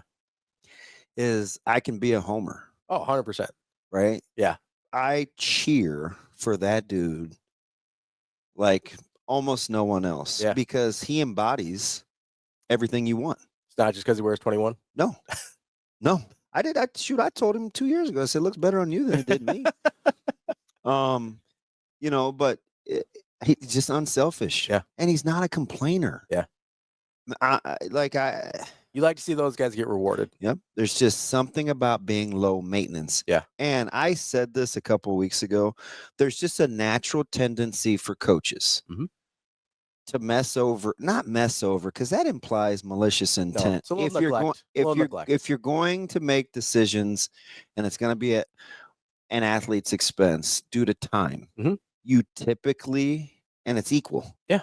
You typically pick the one that can deal with it the best. Yeah, the one that's not going to give you a headache. No. Right? And that's EJ. And I get that. That sounds unfair. But it's just how it goes. And it might be unfair. But you also have to look at, okay, is it because I just don't want to deal with it? Or is it because if this guy is not engaged in a headache, it's not just a me problem, it's a whole team problem. Yeah. Right? Like there is real reason to do it other than I just don't want to have to deal with this. That's why I think it's just easier. Yeah. I mean, I give you, and because I don't know, and I shouldn't even use this as an example because people are going to be like, what does he know? I don't know anything. I can just give you a practical example of how this could play out. Fedoni, Bork, and Luke. Sure. Yeah. One of those guys is much easier to deal with in terms of what you want the desired outcome to be. Sure. Luke is going through a stretch where he's kind of just happy to be there, so he's going to be low maintenance. Bork is super unselfish. Yeah. Donnie is super competitive and very high strung, right? So you have to factor in all those temperaments. Yeah. When you're trying to decide what to do. Like those are the things that matter. See, what fans will say is, just do such and such and such and such. But sometimes you have unintended consequences. Yeah, it's not always that linear or that isolated, right? No. Everything has ripple effects. Ask Mac or Coach Hoiberg or anybody where they're like, if I have to settle into a rotation, I know who I have to throw a bone to early to keep them engaged. Yeah. It's just and to keep them from not being a problem. It's just how it goes. And I think that's part of now the less you have to do that and think about that, typically the better program you are. Yeah, that's why you like guys that don't need babysitters, right? It's my number one thing. The more of those guys you have, the less you have to think about other things. It's my number one thing besides football. Although I am glad you brought up Fedoni, because I think a lot of times when we say who's going to be the biggest headache for you, we immediately assume that's, this guy's being a baby or this guy's doing whatever. But he's not. It's not. It's like, this is a super intense dude who's hyper competitive. What did Coach Rhule say when he first met him? They shared some of the same he was a lot like him. He was mad that he wasn't practicing in the spring. He didn't want to wear the brace. He was mad that he shut him down early. Yeah. Because he wanted to practice. Or that his season wasn't as successful as he thought it was. And Coach Rhule's like, you made it through a season healthy. He's one of those guys that came back on a Wednesday in the young guys practice. You know what I mean? But super competitive. He's just competitive. Highly, and I know these are very disparate examples, right? But take Michael Jordan, for instance. If that guy's not playing, he's going to be a pain in your ass. Yeah. Right? And obviously it's Michael Jordan, so he's always going to play. But that dude, I mean, his second year in the league when he's got the broken foot, he is running people ragged, trying to get back on the floor. Yeah. And they're like, Mike, if you you got a chance you're never going to play again if you mess this thing and up. that's the type of dude where you're like, man, dude, watch it in the locker room. Yeah. You know what I mean? Like, I have a guy like that. Yeah. Quentin Warren is like that. Yeah. He's a menace. Yeah, he's my menace, and I love him. And we learned how to control. I tell him, I said, he's like fire. I'm like, you're great in the fireplace. Let's keep you in the fireplace. Yeah, let's not let you out to the whole house. You get out in the house, and then we're all in trouble. Man, we're all torched. You know, and he's like that. That's it's like my dude. You know what I mean? So 100%. Sometimes there are just guys that are like that. You know, he hasn't felt great all week. And his dude follows me. Mm-hmm. Like, hey man, you gotta go sit down, big fella. But I do think that's part of it. Yeah. You know? And so I wanted to make that clarification because I think when we say guys being a headache or whatever, people immediately focus on the bad. Yeah. Right. There are positive qualities that can also be a headache if guys aren't playing. And the get what you get and don't throw a fit thing is really, really cool. Because it's even like that. Like on offense, how many times did Nebraska start 2nd and 6? A lot more this week, right? A lot more this week. It doesn't look like much, but he wasn't busy being busy, right? You get down, you get the ball, you get the handoff. 2nd and 6, we're cool. Hell of a lot better than 2nd and 8. That's DB. I'm Ravi. We'll be right back with more Hurrdat Sports Radio. Welcome back, Hurrdat Sports Radio. Wrapping up hour number 2 here on AM 590 ESPN Omaha, ESPN Tri-Cities. That's DB. I'm Ravi Lulla here at Hurrdat HQ on the mobile pillar exterior stage. DB. I'm surprised he went there. Coach Rhule? Because he gave you the Cliff Notes version. That Wisconsin game and seeing how they played and kind of how he felt about Nebraska and why he wanted the job all came to a head. Full circle, yeah. Watching that game with his wife. Yeah. Yeah. I don't think it's not my story to tell, but no. I don't think he gave you enough breadcrumbs. He did, and I don't think people. And then you had to go back and revisit the guy. Like you got to give Trev some credit for that one. You certainly do. I'm still going to call him Trevor while I do it, but I will give him credit where credit is due. There, I don't think people, especially now, realize how close Matt Rhule was to not being the head coach of Nebraska. Like this thing, it was pretty much dead, and then Trev went back to get it. So you do have to give him credit there. You do have to give Coach Rhule credit for wanting to be here that badly, to want to revisit it with him still. But there's an alternate universe where Luke Fickell is the head coach at Nebraska right now. And I wonder where that would look like, considering how it appears they feel about him in Wisconsin currently. Because things have, as dicey as we thought it was going to get for Coach Rhule if they lost on Saturday, it's at least that dicey for Luke Fickell in Wisconsin right now. Yeah. And that's a guy that I think is a really good football coach. Some of the little back and forth, it was a shame. I would never do that to Jessica, but there were some times I wanted to say, hey, can you sneak over to Wisconsin sideline just to see what some of those little side conversations were, because it did not look overly productive. No, it didn't. And that was one of the things I was worried about. Not worried about, but if I was Wisconsin, would have been worried about when they go, this is going to be a collaborative effort on offense. I can't imagine a time where that goes well. Yeah. Right? Like you kind of need one clear voice, you know who's in charge. And I'm sure they had a guy that was play calling, but it seemed like you had, you want to talk about too many cooks in the kitchen. That's a situation where you have too many cooks in the kitchen when you don't know what your role is supposed to be. If everybody's trying to be the head chef, nobody's being the line cook, nobody's being the prep cook, you got trouble, right? And as much as I think Luke Fickell's a really good head coach, especially last week when we're hearing his press conferences and things like that, like I think this thing has gotten away from him. Yeah. And I don't know if you can get it back. Like that's the really hard part. I don't. For him, I think the key, and we talked about this in the pregame. I'm not sure if it was Jess or B-Mac, but I said, you'll know just how much they believe in the process by how the game unfolds. Yeah. Because it wasn't going to be a lot of ebb and flow, in my opinion. Because I just felt like Nebraska was better. So I'm like, okay, we'll see if they're going to ride with their coach, if their mettle gets tested. And maybe in the secondary without Wohlers, but him being there, like he had a lot of those guys on the back end, and you could tell there was some miscommunication. And I tried to watch Coach Fickell because it's hard as a head coach to fix. Mhm. You can't be everywhere. Yeah, to fix them on the fly. So I'm just looking for the different pockets as the game's going on. And I'm just like, yeah, something's amiss there. Mhm. Where I don't know if it's a Fickell thing, if it's a get everybody on board thing. Is it a couple of entities? Because we've seen that infiltrate here, right? Where it's like not in its totality, but there's just enough small divisive pockets Mhm. where it seems to kind of have impact. And that may be where they are. Yeah, and it doesn't take a lot, right? No. Like it doesn't take very many. No. It's way easier to have divisive pockets ruin things than it is. I mean, you can have what, 90% good, right? That 10% gets pretty loud in a hurry. Yeah. And I think that's kind of what's going on with Fickell and Wisconsin right now. The one thing I will say, the major difference, and I don't think I knew this, I don't know that anybody knew this at the time, between like a Fickell or a Rhule is as good of a head coach as Luke Fickell might be, I don't know that personality-wise he's built for this the way that Matt Rhule is. Yeah, you have to have it, and you have to have kind of gone through it. Yeah. You need to have experienced some I felt like, in his defense, though, because I don't know enough, I felt like the unceremonious, kind of how it ended at Ohio State after the interim. I felt like, okay, maybe he's a little seasoned. But this fan base, though, in Madison, believe me, I spent time there. Yeah. It's rabid. They're pretty tuned up. Yeah. The question's going to be, how long are they going to be, if it doesn't get turned around, how long are they going to be stuck with him? Because he's got a pretty hefty number on his contract too. Yeah.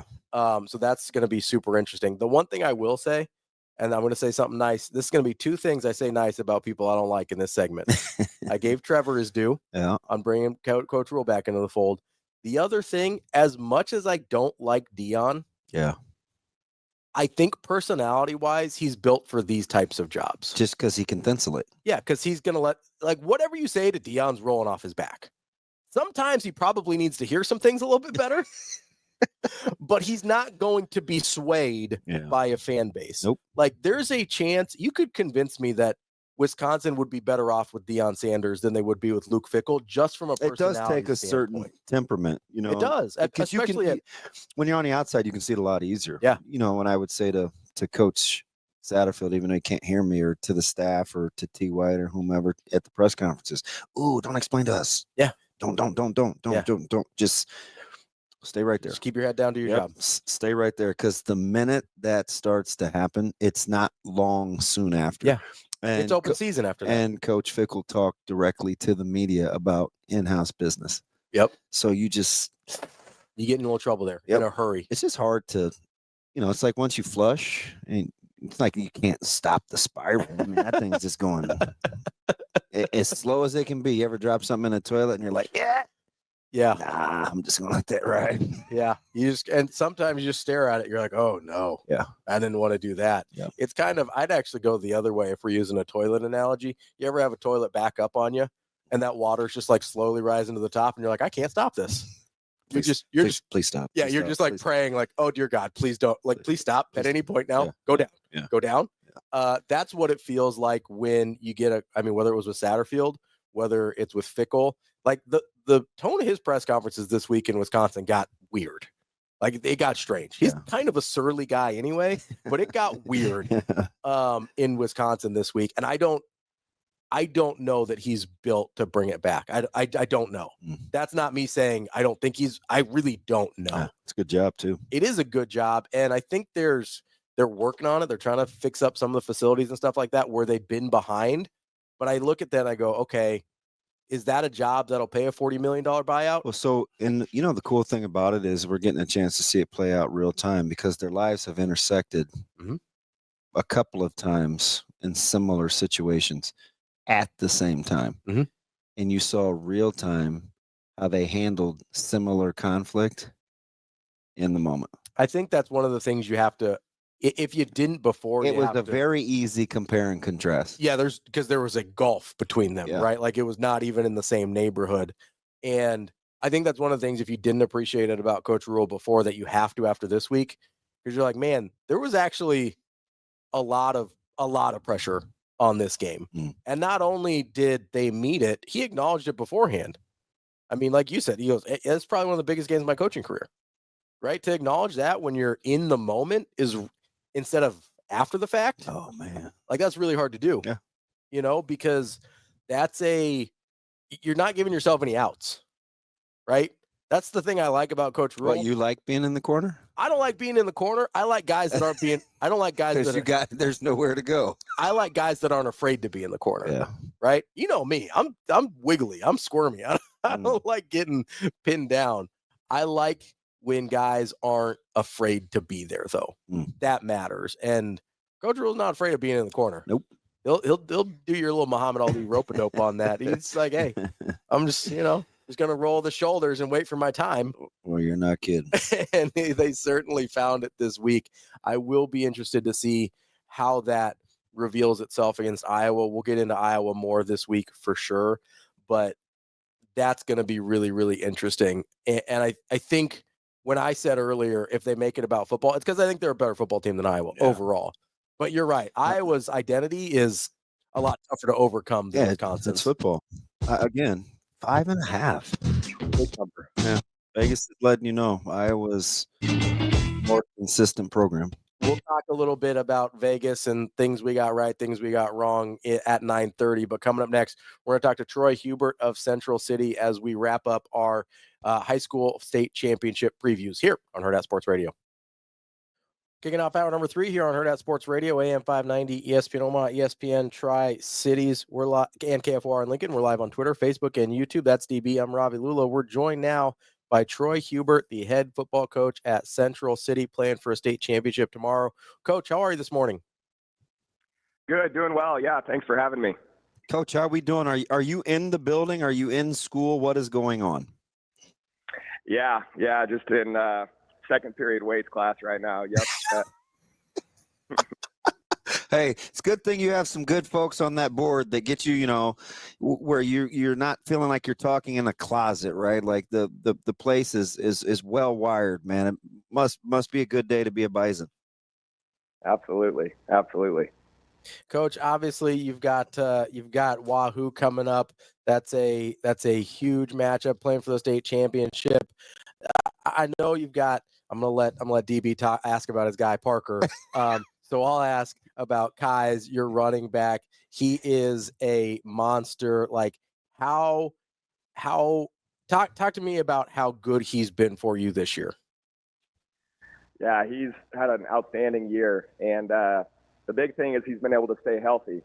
A year ago, last year, week 8, he got dinged up like the first drive of the game, so he missed that game. Then week 9, otherwise he'd have been a 1,000-yard rusher as a sophomore. And then, he played a lot for us as a freshman too, so we kind of knew what we were going to get from him coming into the year, but we just knew we had to keep him healthy. And, he had a great offseason, got bigger, faster, and stronger, and he's done a great job of carrying the load for us.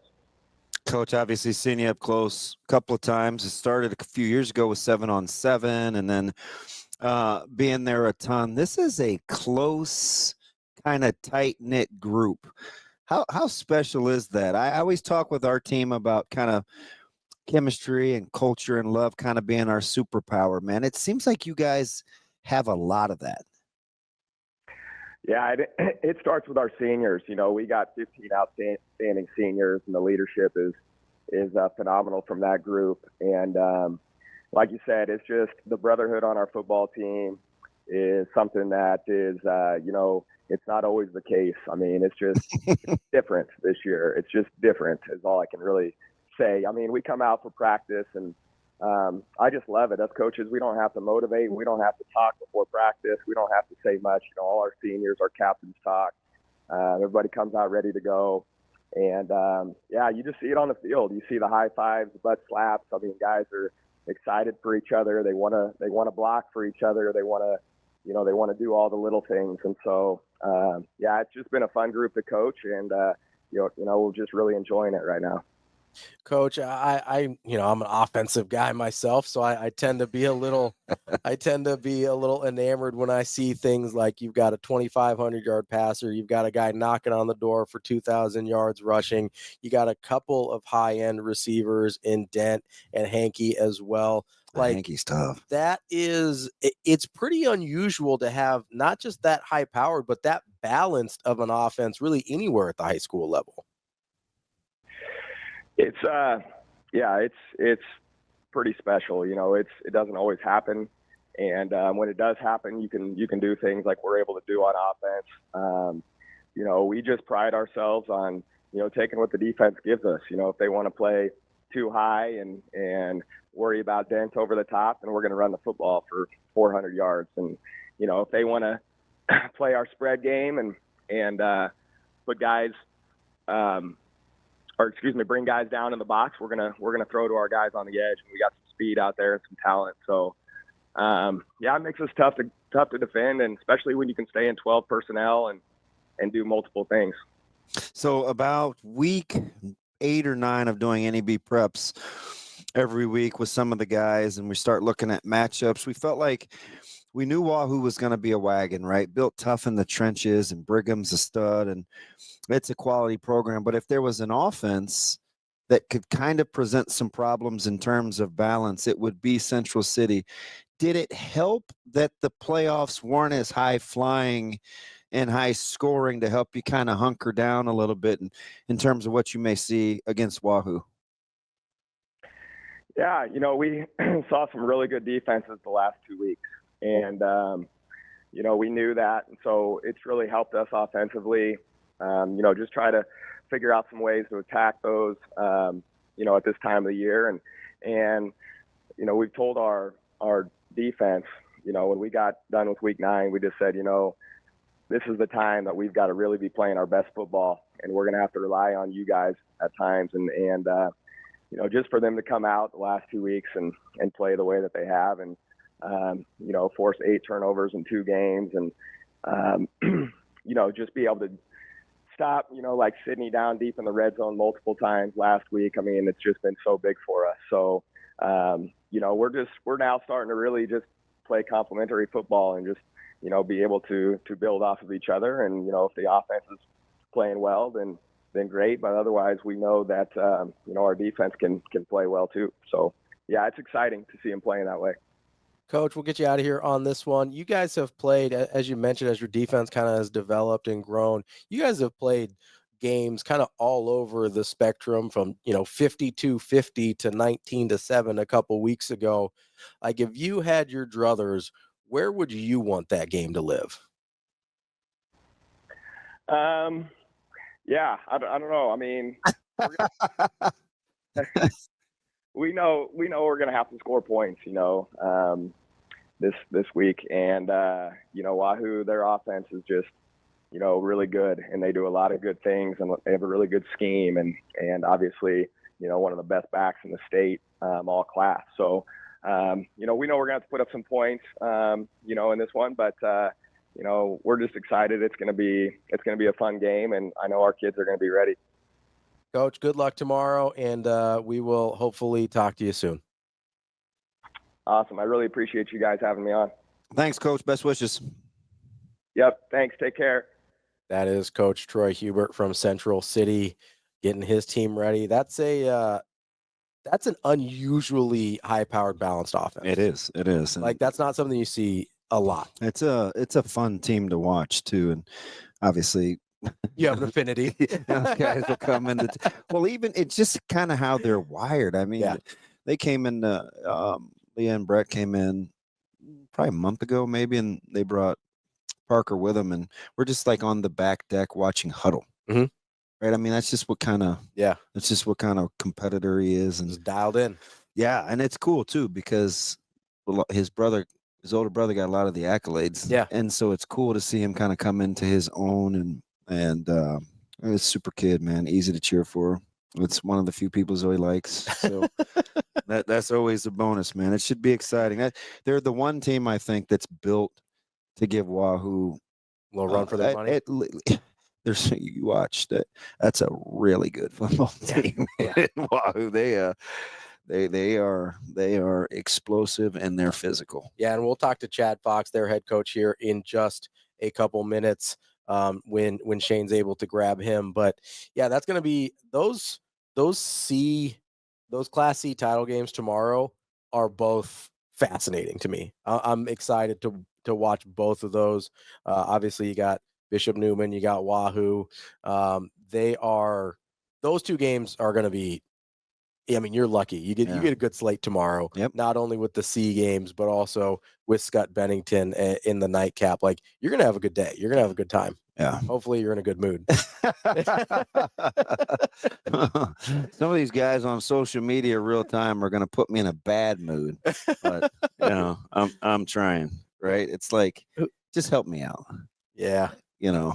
Yeah, just get throw a bone to your guy here. It's out of respect. Yeah, it's there's a lot going on, but it's time to get to Coach Fox. He is joining us now. Coach Chad Fox from Wahoo High School, their head coach. Coach, how are you this morning?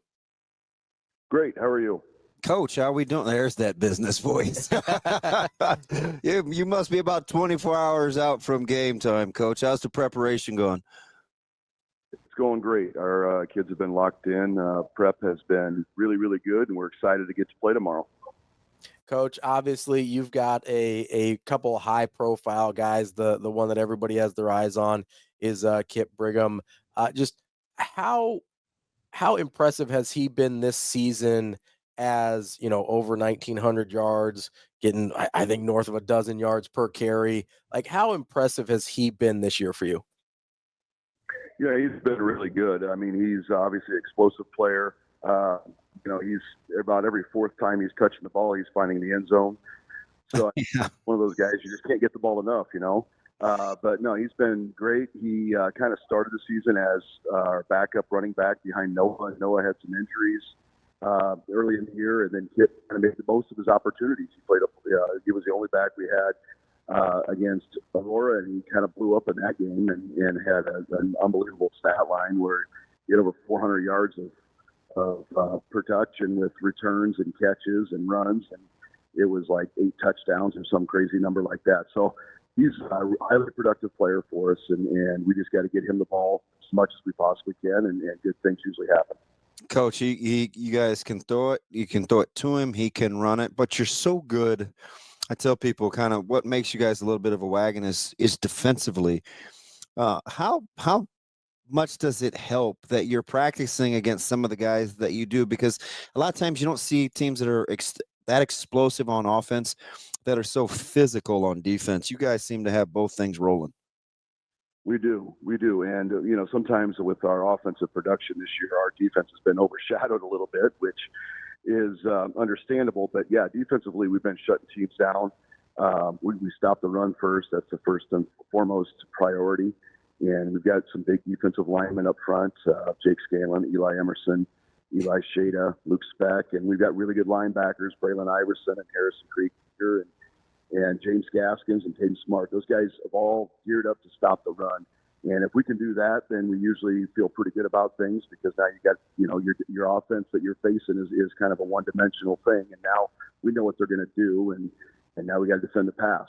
And, defensively we've been really, really good, and it makes play calling on offense a heck of a lot easier when you know you're going to get stops when the other team does have the ball. So it's been an exciting year for sure. Been good on both sides of the ball, which, again, is something to really enjoy. Alex is a great guy, and like us old head parents, at some point we have to admit that our kids are better than us. How has that been with Shada's development? Because he's definitely a guy that pops on film. Yeah, Eli has been good. He's been tight end DN for us, and he's been a good player for us. I mean, he's got a lot of length to him, and he does a really good job on D-line getting hands on, and our man can set the edge. Yeah, setting the edge. He does a really good job with that, and it makes it really hard for teams to get to that edge. We've got decent speed. I think that's one thing that's maybe underrated a little bit on us is our quickness to the ball is can be overwhelming for some teams. You know, they try to find creases and they try to find edges to get, and they just can't get there because our kids move and pursue pretty quick to the ball. Coach, we'll get you out of here on this. Obviously, on the other side of it, Central City's got a super high-powered offense as well, meeting with your high-powered defense. What are some challenges that Central City presents for you? Yeah, you know, they are going to have. We'll have our hands full for sure. They're explosive on offense. They've got a lot of really good. Some speed on the outside as well, which matchup concerns for us a little bit, but. Good quarterback. He can sling it. He does a really good job of getting the ball out on time and getting the ball out quick. And they got a nice running back that complements all of that. I mean, they got a 2,000-yard rusher sitting back there, which is kind of unheard of in high school to have, you know, kind of firepower throwing the ball and then having a really good running back that's a 2,000-yard rusher behind it. So they got the full total package offensively. That's going to give us a great challenge on tomorrow. But we look forward to that. I mean, it's a championship game. You should be playing the best of the best, right? And we'll see what happens. That's Coach Chad Fox from Wahoo. Coach, we appreciate it, and good luck. Thanks, Coach. Yes, thank you. You bet. Appreciate that. That's Chad Fox from Wahoo. They'll play tomorrow afternoon against Central City. That'll be a good one. Yeah, it is, and that's a tough program. Not to be confused with journeyman reliever Chad Fox, time of the Boston Red Sox. I remember I fell in love with one of their running backs. This is probably 3 or 4 years ago in Lubin, who ended up walking on in Nebraska. Oh, yeah. Man. Yeah. Like, these guys run the rock. They certainly do. Obviously, Brigham is the star of the show over there offensively. We debated which sport he was better at on NEB preps. I think you asked that. I think Sauter gave the nod to football. Jacob and I kind of like hoops. I don't know. He's just really good. Yeah, I think you asked Sauter that Friday, and he said football immediately, and then he's like, he's pretty good at football. And then he kind of sat there for a second like Sauter does. He goes, he's pretty good at basketball too. Yeah. So that'll be, you'll get to see explosiveness on each side of the field and each side of the ball tomorrow afternoon. That's a 2:45 kick. And our guy DB will be on the call for Nebraska Public Media as well. So that'll be fun. Yeah. Enough about my mood. Listen, you'll be on the call regardless of your mood. I don't know at this rate. I'm going to get a phone call tomorrow. Ravi, you got to get down to Memorial Stadium. Hey, speaking of mood, how was yours Friday? It was not great. You know, I mean, I sent this in the group chat with you and Maddie, but you know what? I love his objectivity. No, he knows what he's talking about. Like, that is a certified ball knower. Yeah. So my favorite was he used the term that I like to talk about because of how Alvin liked to coach, right? When you're a no middle defense, like keep the ball out of the middle, and you don't have very explosive guys handling it that can get downhill, you're minimized. It gets dicey in a hurry, right? I mean, you're talking about like wing entries. You know, you can't really do much if you can't penetrate against a no middle defense. He said that. I was like, we could talk ball all night. Oh yeah, I mean, Matty is a certified ball knower. Like that is, he knows what he's talking about. We still have some disagreements. I thought Coach Mack got dramatically outcoached on Friday. So, and he pushed back on that. Well, yes and no. I thought like he didn't really acknowledge the Coach Mack issue as much as the deficiencies of being good off the bounce. Yeah, which I get is a thing. You know, because Nebraska's wings and at the guard spot, I mean, they made life really difficult. They just kind of bullied them. Yeah, because Creighton is undersized in the backcourt and not super explosive. Yeah. And here's the problem that I had. Here's why I said what I did, because this is almost the exact same game. Our listening audience may not know. If you want to reset it. Yeah, we're talking about the Creighton, Nebraska. No, the conversation between you and. Yep. So I said, I texted the group with you and Matt DeMarinis from the White and Blue Review. I texted and I said, I thought Coach Matt got worked a little bit by Fred Hoiberg on Friday. And the reason I said that was not just Friday night's game, but the game plan defensively against Kalkbrenner was remarkably similar to 2 years ago in Omaha when Creighton lost. And we were like, Kalkbrenner had mono and whatever. And he did. And obviously they didn't play well. But here's the thing that got me. Their 3-point numbers were almost identical right? Nebraska showed they were willing. Yep. Hey, we're not gonna let Kalkbrenner hardly even touch the ball, right? And if you guys can shoot well enough from the outside to beat us, more power to you. And that's a bet that not very many teams make against Creighton because of their reputation. But coming into this game, as bad as Nebraska shot the basketball, I believe it was 25.6% from three coming in, Creighton was only at 31.5, right? This hasn't been a great shooting Creighton team yet. And I don't know if it ever will be. I don't know. We'll see. That remains to be seen. But what really got me, and the thing that made me say that, was Creighton 2 years ago in Omaha. Do you know what they were from three? They shot in the 20 percentile, right? 10 for 40. Yeah. You know what they were on Saturday? Right there. Friday, 11 for 42. Yeah, right there. We learned nothing as a coaching staff. Creighton, they learned nothing from what happened 2 years ago in Omaha. You think that's the Asian that Nebraska's going to get? Not consistently. I think that's in there. They'll get that some, but I don't think consistently he's at that place. I don't. That they look like a really good defensive team. Yeah, I think they are genuinely a really good defensive team. I think they're going to go through stretches where it's hard for them to score. I think they're going to go through stretches where their shooting is a problem, and they're going to probably lose some games because of it. But that's why I said that Coach Matt got worked by Fred Hoiberg, because I would like to think, and I mean, I'll go as far as say, I know you can create looks for your post player without trying to shoot them out of the defense they're in.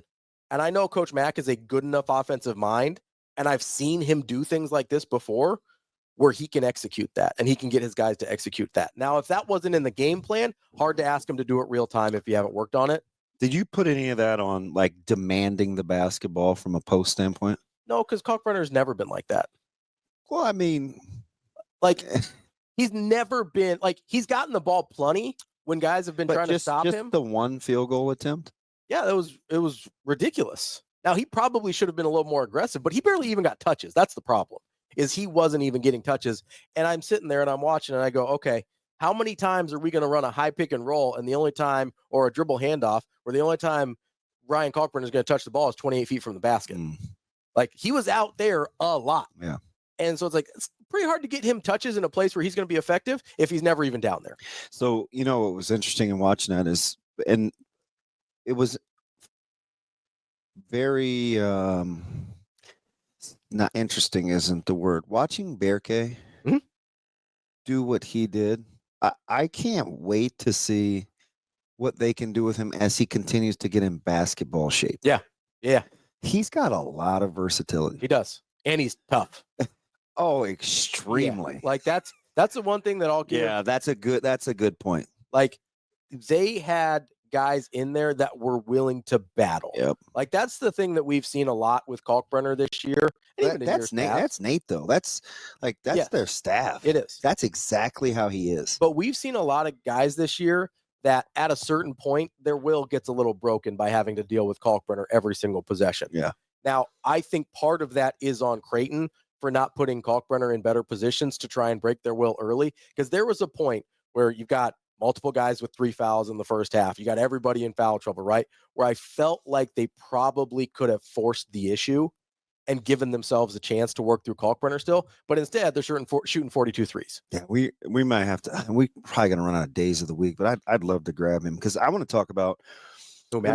Yeah, this is a great win for the women as well. I mean, he shot 45% from three, and I get it, right? It's the first game without Potts and Foley, and she's probably one of the few people in the country that can guard 1 through 5.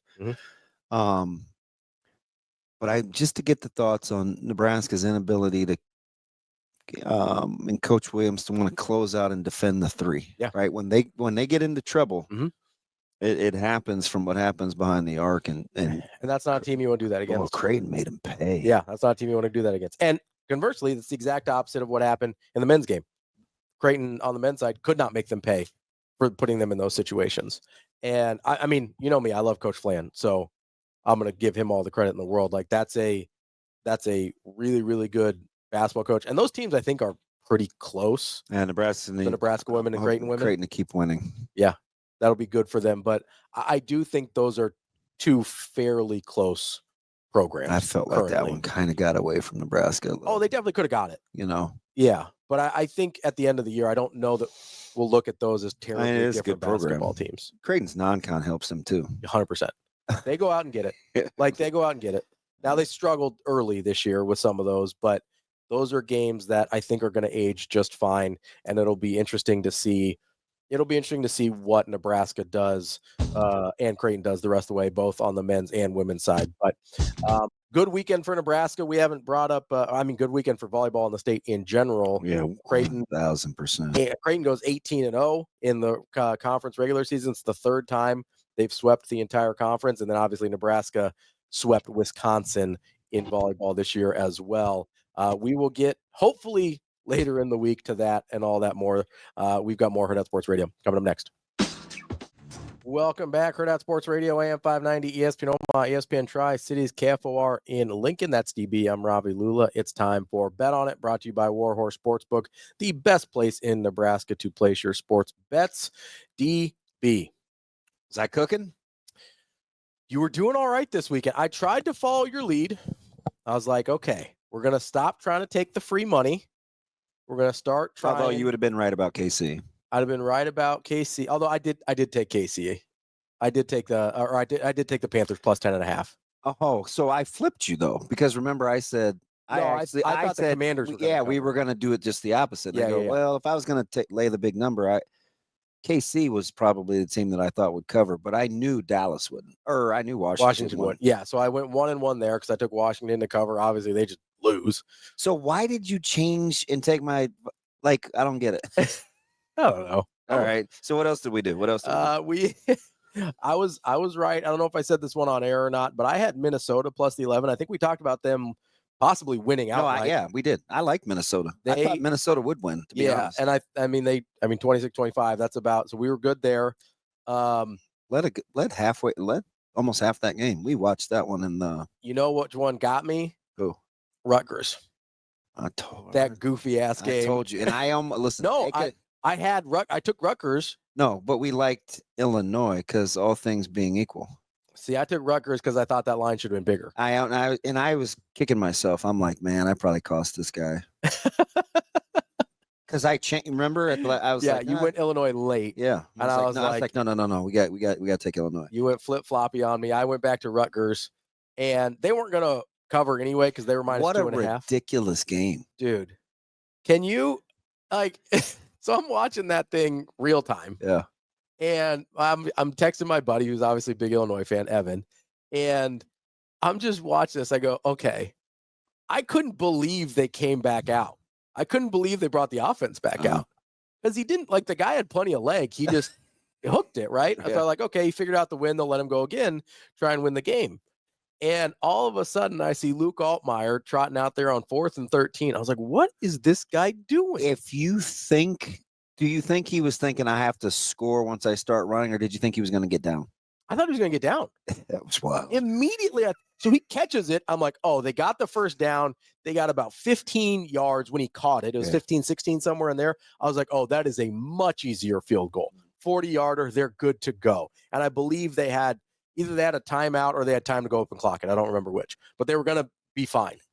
And then he makes that cut to the sideline. I was like, oh, no. Yeah, it looked like Terry McLaurin. Yeah, I was like, oh, no. He may house this thing. And I think Rutgers was the same thing. I think they were expecting him to go down, and then he saw an opening. Bryant just saw an opening and just house call. It was unbelievable. Had another good one, too. How about Oklahoma? Certainly didn't see the win, but that line was way too low. Stinky. I mean, what do you do with Alabama? They got to be out. Oh, they're the thing that's really bugging me, though? But yeah. How is Tennessee in the deal? Is it just, I'm open for business. Somebody has to walk me through that. Why we think they're good at football? Or why are they ranked where they are? And if they get beat again, now we're going to hear the don't get penalized over. Just win. Yeah, it's the don't get penalized over ugly wins. I feel like and the SEC is going to get 3, but I feel like it's default. It's by default. And let's not argue over whether Indiana's in or not. No, Indiana's in. Like, they should be in. I'm telling you though, but I'm not saying they will be in because I don't trust the committee, but they should be in. Yeah. Without a doubt. I would put Indiana in over Tennessee. Come on. me too. I mean, what are we doing here? Me too. Tennessee has not looked good against any team that's good. Were you at the least bit surprised that Day wanted to score and then admitted to it? No, absolutely not. Listen, that's like, if you're going to be Kurt Signetti, and that's fine. Deal with it. Right? Like, I texted you guys. I wildly vacillate between Oh yeah, you did say that. loving the like audacity and him annoying the piss out of me. How about when he's come on, man? That's a serious question. Yeah, like I can't. It just depends on what mood I'm in. Probably Then he more gave than a little him. wry wink. But there's part of me that loves him. There's part of me that hates him. So I get it. But if you're gonna live that life, you better be ready for people to pour it on when they get the chance. Like, it was like Oregon and Colorado last year, when Colorado's 3-0 and feeling good, and they're the talk of the college football world, and Oregon's like, no. What did they go up 42-0 at halftime? Yeah. And Lanning was like, yeah, we were trying to bury them. Did you think, speaking of Colorado, that KU was going to find a way to give that back? No. It felt like, I don't know, I felt like football karma may creep in after the low hit on Sean Shador. On Sanders. I didn't feel great at 23-21, but that looked like a game. Like, I just didn't think, honestly, I didn't think Colorado's offensive line could hold up.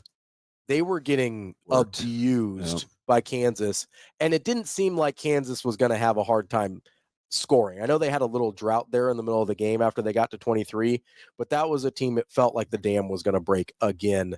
And I was smart enough. I took that one. I got Kansas on that one. So I looked at that. That didn't take much convincing for me. I'm glad. Yeah. Yeah. That was a stinky line, but I was like, okay, I got burned by Kansas last week with BYU. I'm not doing this again. And they came through. Now, speaking of which, I was wrong about BYU. Yeah, I was too. I had them +3. Didn't seem like so apparently ASU is just gonna be right good. there. Just pretty good. I don't know though. I mean, they're Big 12 pretty good. I still don't know how bad or good the Big 12 is. I don't either. I really don't. I have a hard time figuring out what the Big 12 is, because I look at some teams. I was like, I kind of like Iowa State. I kind of like BYU, although they're not playing great the last couple of weeks. I kind of like certain times. I like Colorado. There are certain times I like ASU, and I don't know how good any of them are. You know, I sit there and I go, what would any of these teams? Somebody brought it up with Colorado. Maybe it was Sam last week. But I go, what would any of these teams' records be in a different conference? Because Sam brought up Colorado and USC. Would their records be exactly opposite if they switch conferences? Probably. Like, I'd listen. SC may have more wins though Than Colorado. Yeah. Because that's stylistically a conference they could dominate. Right. And Colorado would have a really hard time, I think, physically in the Big Ten week in, week out. What are you doing? I ask this every week. I'm going to ask one more time. Yep. What are you doing in Stillwater? I don't. I mean, you talking about like getting rid of Gundy? You can't. Right. Like, you can't, right? I mean, I get that he's had some headbutting with the administration, but that dude's an institution at Oklahoma State. This is a program that has never been good for this long in their history, ever. Like, even under, the Les Miles days when he was like, he's winless in the conference. I know. But like, don't you have to give him? Yeah. You have to give him more than that, right? I mean, because he was what, a 70 win percentage, 68 win percentage guy? Maybe more. Yeah, he might be more. Because I know he averaged 9. He's won a ton. Almost 9. And that's not a program that you do that at very often. No. That's not this isn't one of those, this is a historically good program and eventually somebody will come in and win there. That's not what Oklahoma State is. This is a holy crap, how they've been this good for this long. So is there any chance, I should probably look into the tiebreakers because it's Arizona State, BYU, Iowa State. Is there any way? And Colorado, because conference, they only have the 2 losses. Who controls their own destiny? Arizona State? I think Arizona State does now because they've got the tiebreaker over BYU. And they have BYU. Well, no, they play BYU, right? Don't they play BYU? No, Arizona State just beat BYU. I mean, so all they have left is Arizona. Yeah. So I think they control their destiny. Yeah, that's it. And I mean, did you think we'd be talking about an Arizona State playoff team? Well, we not playoff, but we did. That was like a dark horse. Yes. I think we both liked them a little bit more than nationally. But I kind of like Dillingham. Iowa State has K-State left. I believe that's right. Yeah. So that'll be, I think if they win out, Iowa State and Arizona State play. I think. Speaking of the Big 12. Yeah. How about Aranda? My guy Dave. It's all of a sudden it's like, is that 5 in a row? I think so. I'm gonna look right now. It's something like that. This dude was dead to rights. Yeah, I think they've won 5 in a row. I don't know. And depending on how you feel about the Hail Mary that Colorado hit, it's like maybe it's better than we thought. They're 7-4. Dude, how many in a row has he won? 1, 2, 3, 5. It's 5. Their losses are to Iowa State, BYU, Colorado, and that was the Hail Mary, and Utah. Back when Utah was healthy and good. That could have been an 8-win team.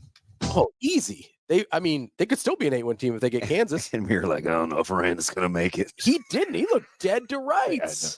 That's Bet On It, brought to you by Warhorse Sportsbook. Warhorse Sportsbook, no bets, no glory. Get to warhorsecasino.com for all the promotions and details. We'll wrap up the show. Coming up next. Wrapping up the show here on Hurrdat Sports Radio, AM 590, ESPN Omaha, ESPN Tri-Cities, KFOR in Lincoln. And I'm trying to remind you about the NEB Preps Awards coming up on December 3rd. You will see all 7 classes receive awards for Player of the Year, Offensive, Defensive, Special Teams Player of the Year as well. Make sure you get to hurrdatsports.com to reserve a seat. That thing is right on the brink of selling out, so make sure you try and reserve your seats today. DB, we got a message from our guy Tony on Twitter. He quote tweeted, so there actually is a scenario, a wild one, where ASU does not control their own destiny. Okay. It would take, all right, come on, Tony. Talk to me. It would take 5 other results to happen. Oh, geez. But it does exist. So in all likelihood, they do control their own destiny. But there is a scenario. BYU loses, Colorado wins, Iowa State wins, Texas Tech wins, Baylor wins, Cincinnati wins. All 5 of those things have to happen, and ASU would then get left out. But in all likelihood, ASU controls their own destiny with a win. There are still 9 teams alive for a berth in the Big 12 championship game. Are you gonna? So are you just gonna bypass talking me off the ledge about Tennessee? No, I'm not going to talk you off the ledge because I don't know how good they are. I'm on the ledge with you. I'm standing there on the ledge being like, yeah, I think Tennessee might not be that good. Are you believing the reports about Ewers in Texas? Or about him not being healthy? That doesn't move your needle because not of a ton. Manning. I don't know how much better he is than Manning. I mean, do you watch A&M and think, ooh, no, that's a playoff team? No, not at all. Especially, I mean, can you imagine if they win that game, it's chaos. If they had won Auburn? No, if they win the next one. Yeah. Well, even because everybody has Texas firmly in like the top 3. Yes. So if you have this mediocre A&M team beat Texas, and it's a rivalry, so it could. I mean, it's not out of the scope of. And it's not like Texas hasn't laid a couple eggs this year in terms of their just performance. And I know they only have lost the one, but I don't know, man. I'm not. Are we sure anybody's that good? Like, is there one team you're going to just put your name by and say, hey, they're that good? No. Well, in a team that we wanted value. Nice work, Ole Miss. Yeah. So much for that plus 1,000 or whatever it was you said. No value there anymore because they're going to be out. Yeah. But there's going to. So more bizarro world, Napier or Aranda? Napier, 100%. 100% Napier. You got to remember, it took a comeback from Baylor against Oklahoma State, and Oklahoma State hasn't won a game. Yeah, they're terrible. They're terrible.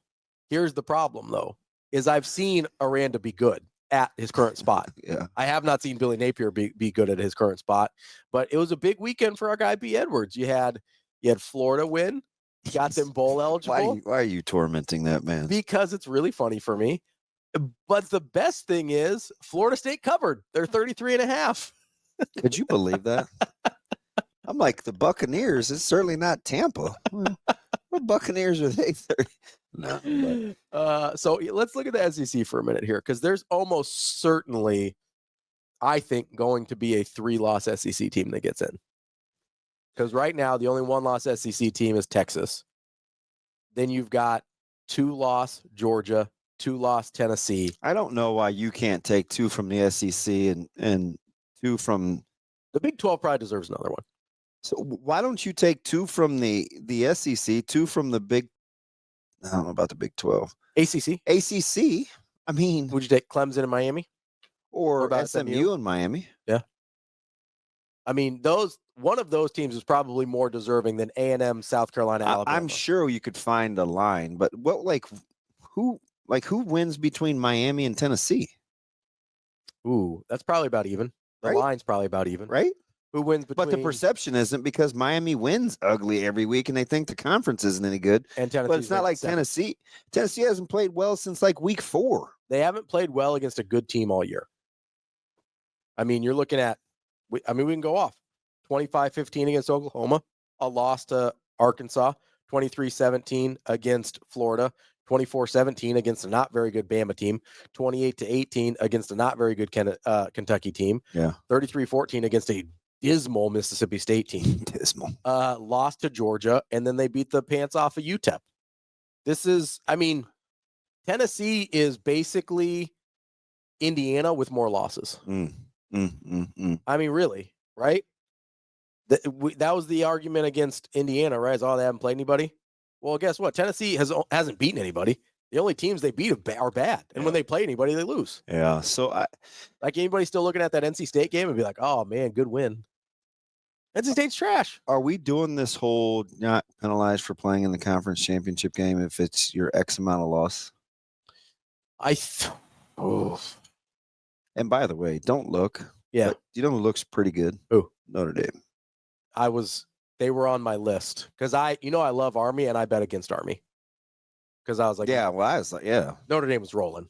Like that's a really good Notre Dame team. And I know Sam kind of brought this up on Twitter. We didn't get to it in the interview, and he's like, he just doesn't think Army's very good. That's a good Army team, and they're hard to beat. Like that's a good Army team. It may not be a top 15 win or whatever it was going to look like at the time. That's a good Army team. Oh shoot! And I forgot in my bet on it segment. You have a winner for me? Yeah, but I think it tips off early. What do we got? I like early tip-offs. Duquesne.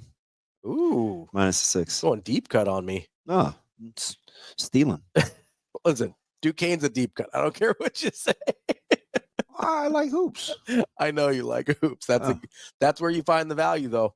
Oh, you get the value on the deep cuts. Land 6 to Hampton. I got to ask. Okay, so I think that's an early tip though, because I know Radford just tipped. Yeah, so get in there early. Get over to. I got so many fish to fry. I'm not worried about a goddamn thing. Well, not you specifically, but if you want to cash in on DV's advice, make sure you get over to Warhorse early so you don't miss that one. I did have to ask you. This is non-sports related, DB. So we have a mutual friend, mutual acquaintance. Okay. My guy Jermaine. Okay. Sends me a Snapchat yesterday. Okay. He's cooking something. Yeah. Can you guess what he was cooking? Getting ready for Thanksgiving? If it's this early, it's not a protein. It technically is. Ugh, I'm not eating it if it is. He was cleaning it. He wasn't cooking it. Oh, so he was. What's all the craze? Deer? Jermaine looks a little bit like you, so that might help. He looks a lot like you. That might help. It needed cleaning? Yeah. Oh, greens? No. Because that's miserable. Oh. What was it? Chitlins. No, he's out. He told me, he goes. I don't even understand that. I don't either. The cultural, no. So we used to do a lot of things as a people that are no longer acceptable. Eating chitlins should be one. Why? Why? So did he get them out of the tub? I don't know, but they were in a sink. He showed me he goes. I'm just telling you. So you ever been around him? No, but so it's funny because last week Natasha was telling me about it because she knew that they were pig intestines. She didn't realize which portion of the pig intestine they were. It's pretty low on the GI tract. Yeah, it is. And they smell exactly like where they come from. And so she goes, have you ever smelled those? I go, no. She goes, they smell like booty hole. Why would he do that? I don't know. He's too young. Has he been generationally traumatized? So he goes, I respond to the snap. I go, WTF is that? And They're horrible. so he texts me back and he goes, yeah, the smell while cleaning them is less than ideal. That's now that sounds like the guy that I know. The chitlins, not a chance. And I go, yeah, that's what Natasha said. And I go, well, actually, her exact words were, that ish smells like booty hole. So if coach lets the players out for a couple hours on Wednesday, I was gonna do a quick meal, and I looked at like just getting a turkey breast. Yeah. And there were like some good fresh ones. They were like, how much would you pay for a trimmed turkey breast? Fresh. I mean, I don't love turkey, so not a lot. Me neither. But I'm trying to. We paid for. It was like a 5-pounder, and it was $41. I was gonna say like I'm like I'll go back to doing the frozen ones like that I used to do that just look like the big heart. Dude, I was gonna say like $3 a pound. Oh no. That's how much I would pay for it. Oh no. Anything more about $3-4 a pound, I'm out. Like, turkey's not even like that. I'm not trying to pay $8 a pound for turkey. And I asked him, I said, hey, if you get out of there, like, what do you want? And he like went traditional. Really? Yeah, man. I'm like, I don't not know. Trying to do that. He did say Grandma D's bread. I'm like, oh, you're on your own with that. Jermaine has piped in on the chat. Man, listen, I don't even understand. Goes, the only thing that fit was his response, because you kind of read it in his voice too. Yeah, the smell while cleaning them is less than ideal. I could totally see him saying that. 100%. Did he use I'm telling you. I don't know if he used gloves or if he was, I don't know. I hope he was wearing like a whole hazmat suit. But it gives me, I can dry heave just thinking about it. Well, hopefully we don't have any of that today. That's DB. I'm Ravi, Lulla. Good luck tonight, DB. Appreciate you. We appreciate you. We will be back tomorrow. It'll be me and Austin tomorrow as DB's on the call for all the games in Lincoln. But we will have you covered here on Hurrdat Sports Radio.